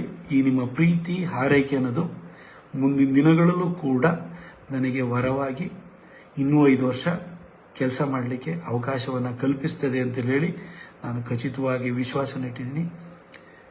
ನಿಮ್ಮ ಪ್ರೀತಿ ವಿಶ್ವಾಸ ಹಾರೈಕೆ ಇದೇ ತರಲಿ. ಇನ್ನು 5 ವರ್ಷ ನಿಮ್ಮ ನಿರೀಕ್ಷೆಗೂ ಮೀರಿ ಕೆಲಸವನ್ನು ಮಾಡಿ ನನ್ನ ಕ್ಷೇತ್ರದ ಜೊತೆಗೆ ಇಡೀ ರಾಜ್ಯಾದ್ಯಂತ ಓಡಾಡಿ ಒಳ್ಳೆಯ ರಾಜಕಾರಣಕ್ಕೆ ಬರಬೇಕು. ನಂತರ ಯಂಗ್ಸ್ಟರ್ಸ್ ಬರಬೇಕು, ಎಜುಕೇಟೆಡ್ಸ್ ಬರಬೇಕು. ನಾನು ಅವ್ರ ಪರವಾಗಿ ನಾನು ಕೆಲಸ ಮಾಡ್ತೀನಿ. ನನ್ನದೇ ಆದೊಂದು ಪಡೆ ಕಟ್ತೀನಿ. ಹೊಸ ಒಂದು ರಾಜಕಾರಣನ ಪ್ರಾರಂಭ ಮಾಡೋಣ. ನಮ್ಮ ಜೊತೆ ಕೂತ್ಕೊಂಡು ಮೋದಿಜಿಯವರು ಎಷ್ಟು ದೇಶಕ್ಕೆ ಒಳ್ಳೆ ಕೆಲಸ ಮಾಡ್ತಿರಲ್ಲ, ಆ ಮೋದಿಜಿಯವ್ರದ್ದು ಒಂದು ದೊಡ್ಡ ಸಪೋರ್ಟ್ ಗ್ರೂಪನ್ನು ಮಾಡೋಣ. ರಾಜಕಾರಣದಲ್ಲಿ ಬದಲಾವಣೆ ತರೋಣ. ನಮ್ಮ ಕರ್ನಾಟಕ ಒಂದು ಒಂದು ಒಂದು ಅದ್ಭುತವಾದ ರಾಜ್ಯ. ಎಲ್ಲ ರೀತಿಯ ರಿಸೋರ್ಸ್ಗಳಿರುವಂಥ ಇಡೀ ದೇಶದ ಏಕಮಾತ್ರ ರಾಜ್ಯ ಅಂತಂದ್ರೆ ಅದು ಕರ್ನಾಟಕ. ಈ ಕರ್ನಾಟಕನ ಬೇರೆ ದೊಡ್ಡ ಲೆವೆಲ್ಗೆ ನಾವು ತಗೊಂಡು ಹೋಗ್ಬೋದು. ಅದಕ್ಕೋಸ್ಕರ ಯಂಗ್ಸ್ಟರ್ಸ್ಗಳಿಂದ ಮಾತ್ರ ಅದು ಸಾಧ್ಯವಾಗುತ್ತೆ. ನಾವೆಲ್ಲ ಸೇರಿ ಕೆಲಸ ಮಾಡೋಣ. ನಿಮ್ಮಂಥವ್ರ ಕೈಗೆ, ಯಂಗ್ಸ್ಟರ್ಸ್ ಕೈಗೆ ಈ ರಾಜ್ಯದ ರಾಜಕಾರಣನೂ ಕೂಡ ಸಿಗಬೇಕು. ನಿಮ್ಗೆ ಒಳ್ಳೇದಾಗಬೇಕು. ನಿಮ್ಮಂಥವ್ರ ಜೊತೆ ನಾನೊಬ್ಬ ಮೆಂಟರ್ ಆಗಿ ಮುಂದಿನ 5 ವರ್ಷ ನನ್ನ ಕ್ಷೇತ್ರದ ಕೆಲಸಗಾರನಾಗಿಯೂ ಮಾಡ್ತೀನಿ. ಜೊತೆಗೆ ರಾಜ್ಯದ ಪ್ರತಿ ತಾಲೂಕಲ್ಲೂ ಕೂಡ, ಪ್ರತಿ ವಿಧಾನಸಭಾ ಕ್ಷೇತ್ರದಲ್ಲೂ ಕೂಡ ನಂತರ ಯಾವುದೇ ಹಿನ್ನೆಲೆ ಇಲ್ಲದೆ ಇದ್ದಂಥವರು ರಾಜಕಾರಣಕ್ಕೆ ಅವರ ಶಿಕ್ಷಣ, ಅವರ ಈ ಟ್ಯಾಲೆಂಟಿನ ಬಲದಿಂದ ಬಂದು ನೀವು ಕೂಡ ಬದಲಾವಣೆ ತರುವಂತಹ ಒಂದು ವಾತಾವರಣ ಕಲ್ಪಿಸಬೇಕು. ಅದಕ್ಕೋಸ್ಕರ ನಿಮ್ಮ ಜೊತೆ ಕೆಲಸ ಮಾಡ್ತೀನಿ. ಊರೂರಲ್ಲಿ ಹನುಮಾನ್ ಜಯಂತಿನೂ ಮಾಡೋಣ. ಹನುಮಂತ ಯಾರ ಭಕ್ತ ಆಗಿದೆ? ರಾಮನ ಭಕ್ತ ಇದೆ. ಆ ರಾಮನ ಒಂದು ಆದರ್ಶ ಏನಿದೆಯಲ್ಲ ಅದಕ್ಕೆ ಅನುಗುಣವಾದಂತಹ ಒಂದು ಆಡಳಿತ ವ್ಯವಸ್ಥೆನೂ ಬರಬೇಕು. ಅದಕ್ಕೆ ನಿಮ್ಮ ಜೊತೆ ಎಲ್ಲ ಜೊತೆ ನಾನು ಕೈ ಜೋಡಿಸಿ ಕೆಲಸ ಮಾಡ್ತೀನಿ ಅಂತ ಹೇಳ್ತಾ, ಮುಂದಿನ ದಿನಗಳಲ್ಲೂ ನಿಮ್ಮ ಹಾರೈಕೆ ಹೀಗೆ ಇರಲಿ. 1 or 2 ಡೇಸಲ್ಲಿ ಟಿಕೆಟ್ ಅನೌನ್ಸ್ ಆಗ್ಬೋದು. ಅದರಲ್ಲಿ ನಿಮ್ಮ ಪ್ರೀತಿ, ಹಾರೈಕೆ, ಆಶೀರ್ವಾದ, ನಿಮ್ಮ ಪ್ರಾರ್ಥನೆ ಆ ದೇವರಿಗೆ ಕೇಳಿಸಿ ನನಗೆ ಟಿಕೆಟ್ ಸಿಕ್ಕಿ ಇನ್ನು 5 ವರ್ಷ ಕೆಲಸ ಮಾಡಲಿಕ್ಕೆ ಅವಕಾಶ ಆಗುತ್ತೆ. ಕೊಡಗಿನ ಕಾವೇರಿ ತಾಯಿ, ಬೆಟ್ಟದಲ್ಲಿ ಕೂತಿರುವ ತಾಯಿ ಚಾಮುಂಡೇಶ್ವರಿ ಹಾಗೂ ಇಗ್ಗುತಪ್ಪ ದೇವರು ಹಾಗೂ ನಾನು ನಂಬಿರುವಂತಹ ಎಲ್ಲ ದೇವರುಗಳು ಕೈ ಹಿಡಿತಾರೆ. ನಿಮ್ಮ ಪ್ರಾರ್ಥನೆಗಳು ಫಲವನ್ನು ಕೊಡ್ತವೆ ಅಂತ ಹೇಳಿಬಿಟ್ಟು ನಾನು ಭಾವಿಸ್ತಾ 10 ವರ್ಷ ನಾನು ಕಾರ್ಯಕಾಲವನ್ನು ಕಂಪ್ಲೀಟ್ ಮಾಡೋ ಹಂತಕ್ಕೆ ಬಂದಿದ್ದೀನಿ. ಅದಕ್ಕೋಸ್ಕರ ಈ ಹಂತದಲ್ಲಿ ಇದೊಂದೇ ಫೇಸ್ಬುಕ್ ಲೈವ್ ಮಾಡೋವಂಥದ್ದು. ಹಾಗಾಗಿ ನೀವು ಇಷ್ಟು ದಿನ ನನ್ನನ್ನು ಕೈ ಹಿಡಿದು ಬೆಳೆಸಿದಿರಲ್ಲ, ಆಶೀರ್ವಾದ ಮಾಡಿದಿರಲ್ಲ, ಟೀಕೆ ಮುಖಾಂತರವೂ ನನ್ನನ್ನು ತಿದ್ದಿದಿರಲ್ಲ, ಅದಕ್ಕೋಸ್ಕರವಾಗಿ ನಿಮ್ಮೆಲ್ಲರಿಗೂ ಒಂದು ಥ್ಯಾಂಕ್ ಮಾಡಬೇಕು ಅಂತ ಹೇಳ್ಬಿಟ್ಟು ನಾನು ಈ ಫೇಸ್ಬುಕ್ ಲೈವ್ ಮಾಡಿದ್ದೀನಿ. ಯಾವ ಕಾರಣಕ್ಕೂ ಅಲ್ಲ. ಜೊತೆಗೆ ನನ್ನ ಸಂಕೇಶ್ವರ ಸಾಹೇಬ್ರ ಬಗ್ಗೆ ನಾನು ಯಾವತ್ತೂ ಹಿಂಗೆ ಓಪನ್ ಆಗಿ ಹೇಳಿರಲಿಲ್ಲ. ಸಾಹೇಬ್ರ ಬಗ್ಗೆನೂ ಕೂಡ ನಾನು ಒಳ್ಳೆ ಮಾತಾಡಬೇಕಿತ್ತು. ನನ್ನ ವೇದಿಕೆ ಕೊಟ್ಟಂಥವ್ರು ನನ್ನ ವಿಶ್ವೇಶ್ವರ ಭಟ್ರು. ನಾವು ಇವ್ರಿಗೆಲ್ಲರಿಗೂ ಕೂಡ ಧನ್ಯವಾದವನ್ನು ಹೇಳಬೇಕಿತ್ತು. Thank you so much. ನಿಮ್ಮ ಪ್ರೀತಿ ವಿಶ್ವಾಸ ನೀವು ನಿಮ್ಮ ಹೃದಯದಲ್ಲಿ ಜಾಗ ಕೊಟ್ಟಿರೋದಕ್ಕೋಸ್ಕರ ಸದಾ ನಾನು ಬದುಕಿರೋವರೆಗೂ ಕೂಡ ಅದನ್ನು ಧನ್ಯತೆಯಿಂದ ನೆನಪು ಮಾಡ್ಕೊಳ್ತೀನಿ. ಈ ಕಳೆದ 4 ದಿನಗಳು ನೀವು ನನ್ನ ಬಗ್ಗೆ ಎಷ್ಟು ಪ್ರೀತಿ ಇಟ್ಟಿದ್ದೀರಿ ಅನ್ನೋದು ನನ್ನ ಹೃದಯಕ್ಕೆ ತಟ್ಟಿದೆ. ಈ ಪಾಲಿಟಿಕ್ಸ್ ಅನ್ನೋದು ಥ್ಯಾಂಕ್ಲೆಸ್ ಜಾಬ್. ಎಷ್ಟು ಕೆಲಸ ಮಾಡಿದ್ರು ಬಯಸ್ಕೊಳ್ಳೋಕೆ ತಪ್ಪಲ್ಲ ಅಂತ ಅಂದ್ಕೊಂಡಿದ್ದೆ. ಆದರೆ ನನ್ನ ಟಿಕೆಟಿಗೆ ತೊಂದರೆ ಆಗ್ತಾ ಇದೆ ಅಂತ ಗೊತ್ತಾದ ಕೂಡಲೇ ನಿಮ್ಮ ಒಳಗಿನ ಪ್ರೀತಿ ಅನ್ನೋದು ಜಾಗೃತವಾಗಿ ನೀವು ನನಗೆ ಒಂಥರ you showered love on me. ನನ್ನ ಮೇಲೆ ಒಂಥರ ಅಷ್ಟು ಪ್ರೀತಿಯ ಮಳೆಯನ್ನು ಸುರಿಸಿದಿರಿ, ಪ್ರಾರ್ಥನೆಗಳ ಮಳೆಯನ್ನು ಸುರಿಸಿದಿರಿ. ನೀವು ನನ್ನ ಜೊತೆ ನಿಂತಿದ್ದೀರಿ. Thank you so much. Good night. ನಿಮ್ಗೆ ಒಳ್ಳೇದಾಗಲಿ. ತಾಯಿ ಚಾಮುಂಡೇಶ್ವರಿ, ಕಾವೇರಿ ತಾಯಿ ನಿಮ್ಮೆಲ್ಲರಿಗೂ ಕೂಡ ಒಳ್ಳೇದು ಮಾಡಲಿ. ಮುಂದಿನ ದಿನಗಳಲ್ಲೂ ಕೂಡ ಒಟ್ಟಿಗೆ ಸೇರಿ ಕೆಲಸ ಮಾಡೋಣ. ಕೊಡಗಿನ ಜನಕ್ಕೆ ನಾನು ಮತ್ತೊಂದು ಸರಿ ಹೇಳ್ತೀನಿ, ಮುಂದಿನ 5 ವರ್ಷ ಮೈಸೂರಿಗಿಂತಲೂ ಜಾಸ್ತಿ ನಿಮಗೆ ಒತ್ತು ಕೊಟ್ಟು ಕೆಲಸ ಮಾಡ್ತೀನಿ. ಮೈಸೂರು ಭಾಗದಲ್ಲಿ ಪಾರ್ಟಿ ವೀಕ್ ಆಗಿದ್ದರಿಂದಾಗಿ ಇಲ್ಲಿ ಜಾಸ್ತಿ ಟೈಮನ್ನು ಸ್ಪೆಂಡ್ ಮಾಡಿ ಕೆಲಸವನ್ನು ಮಾಡಿದ್ದೀನಿ. ಇಲ್ಲೂ ಪಕ್ಷ ನೀವು ಲೀಡ್ ಕೊಡ್ತಾ ಇದ್ರೆ ಈ ಸರಿ ಮೈಸೂರಲ್ಲೂ ಕೂಡ ಕನಿಷ್ಠ ಅಂದರೆ 1.5 ಲಕ್ಷ ಲೀಡ್ ತಗೊಳ್ಳೋಷ್ಟು ಮಟ್ಟಕ್ಕೆ ಇಲ್ಲಿ ಪಾರ್ಟಿನಲ್ಲಿ ನಾನು ಕಟ್ಟಿದ್ದೀನಿ. ನನ್ನ ಕೆಲಸದ ಮುಖಾಂತರವಾಗಿ ನಾವೆಲ್ಲ ಒಟ್ಟಿಗೆ ಸೇರಿ ಮೋದಿಜಿಯವ್ರನ್ನ ಪ್ರಧಾನಿ ಮಾಡೋಣ. ದೇಶಕ್ಕೆ ಒಳ್ಳೇದಾಗಬೇಕು, ನಮ್ಮ ಕ್ಷೇತ್ರಕ್ಕೆ ಒಳ್ಳೇದಾಗಬೇಕು. ಕ್ಷೇತ್ರಕ್ಕೆ ಒಳ್ಳೇದಾಗಕ್ಕೆ ನಾನು ನೀವು ಒಟ್ಟಿಗೆ ಕೆಲಸ ಮಾಡೋಣ. Thank you so much.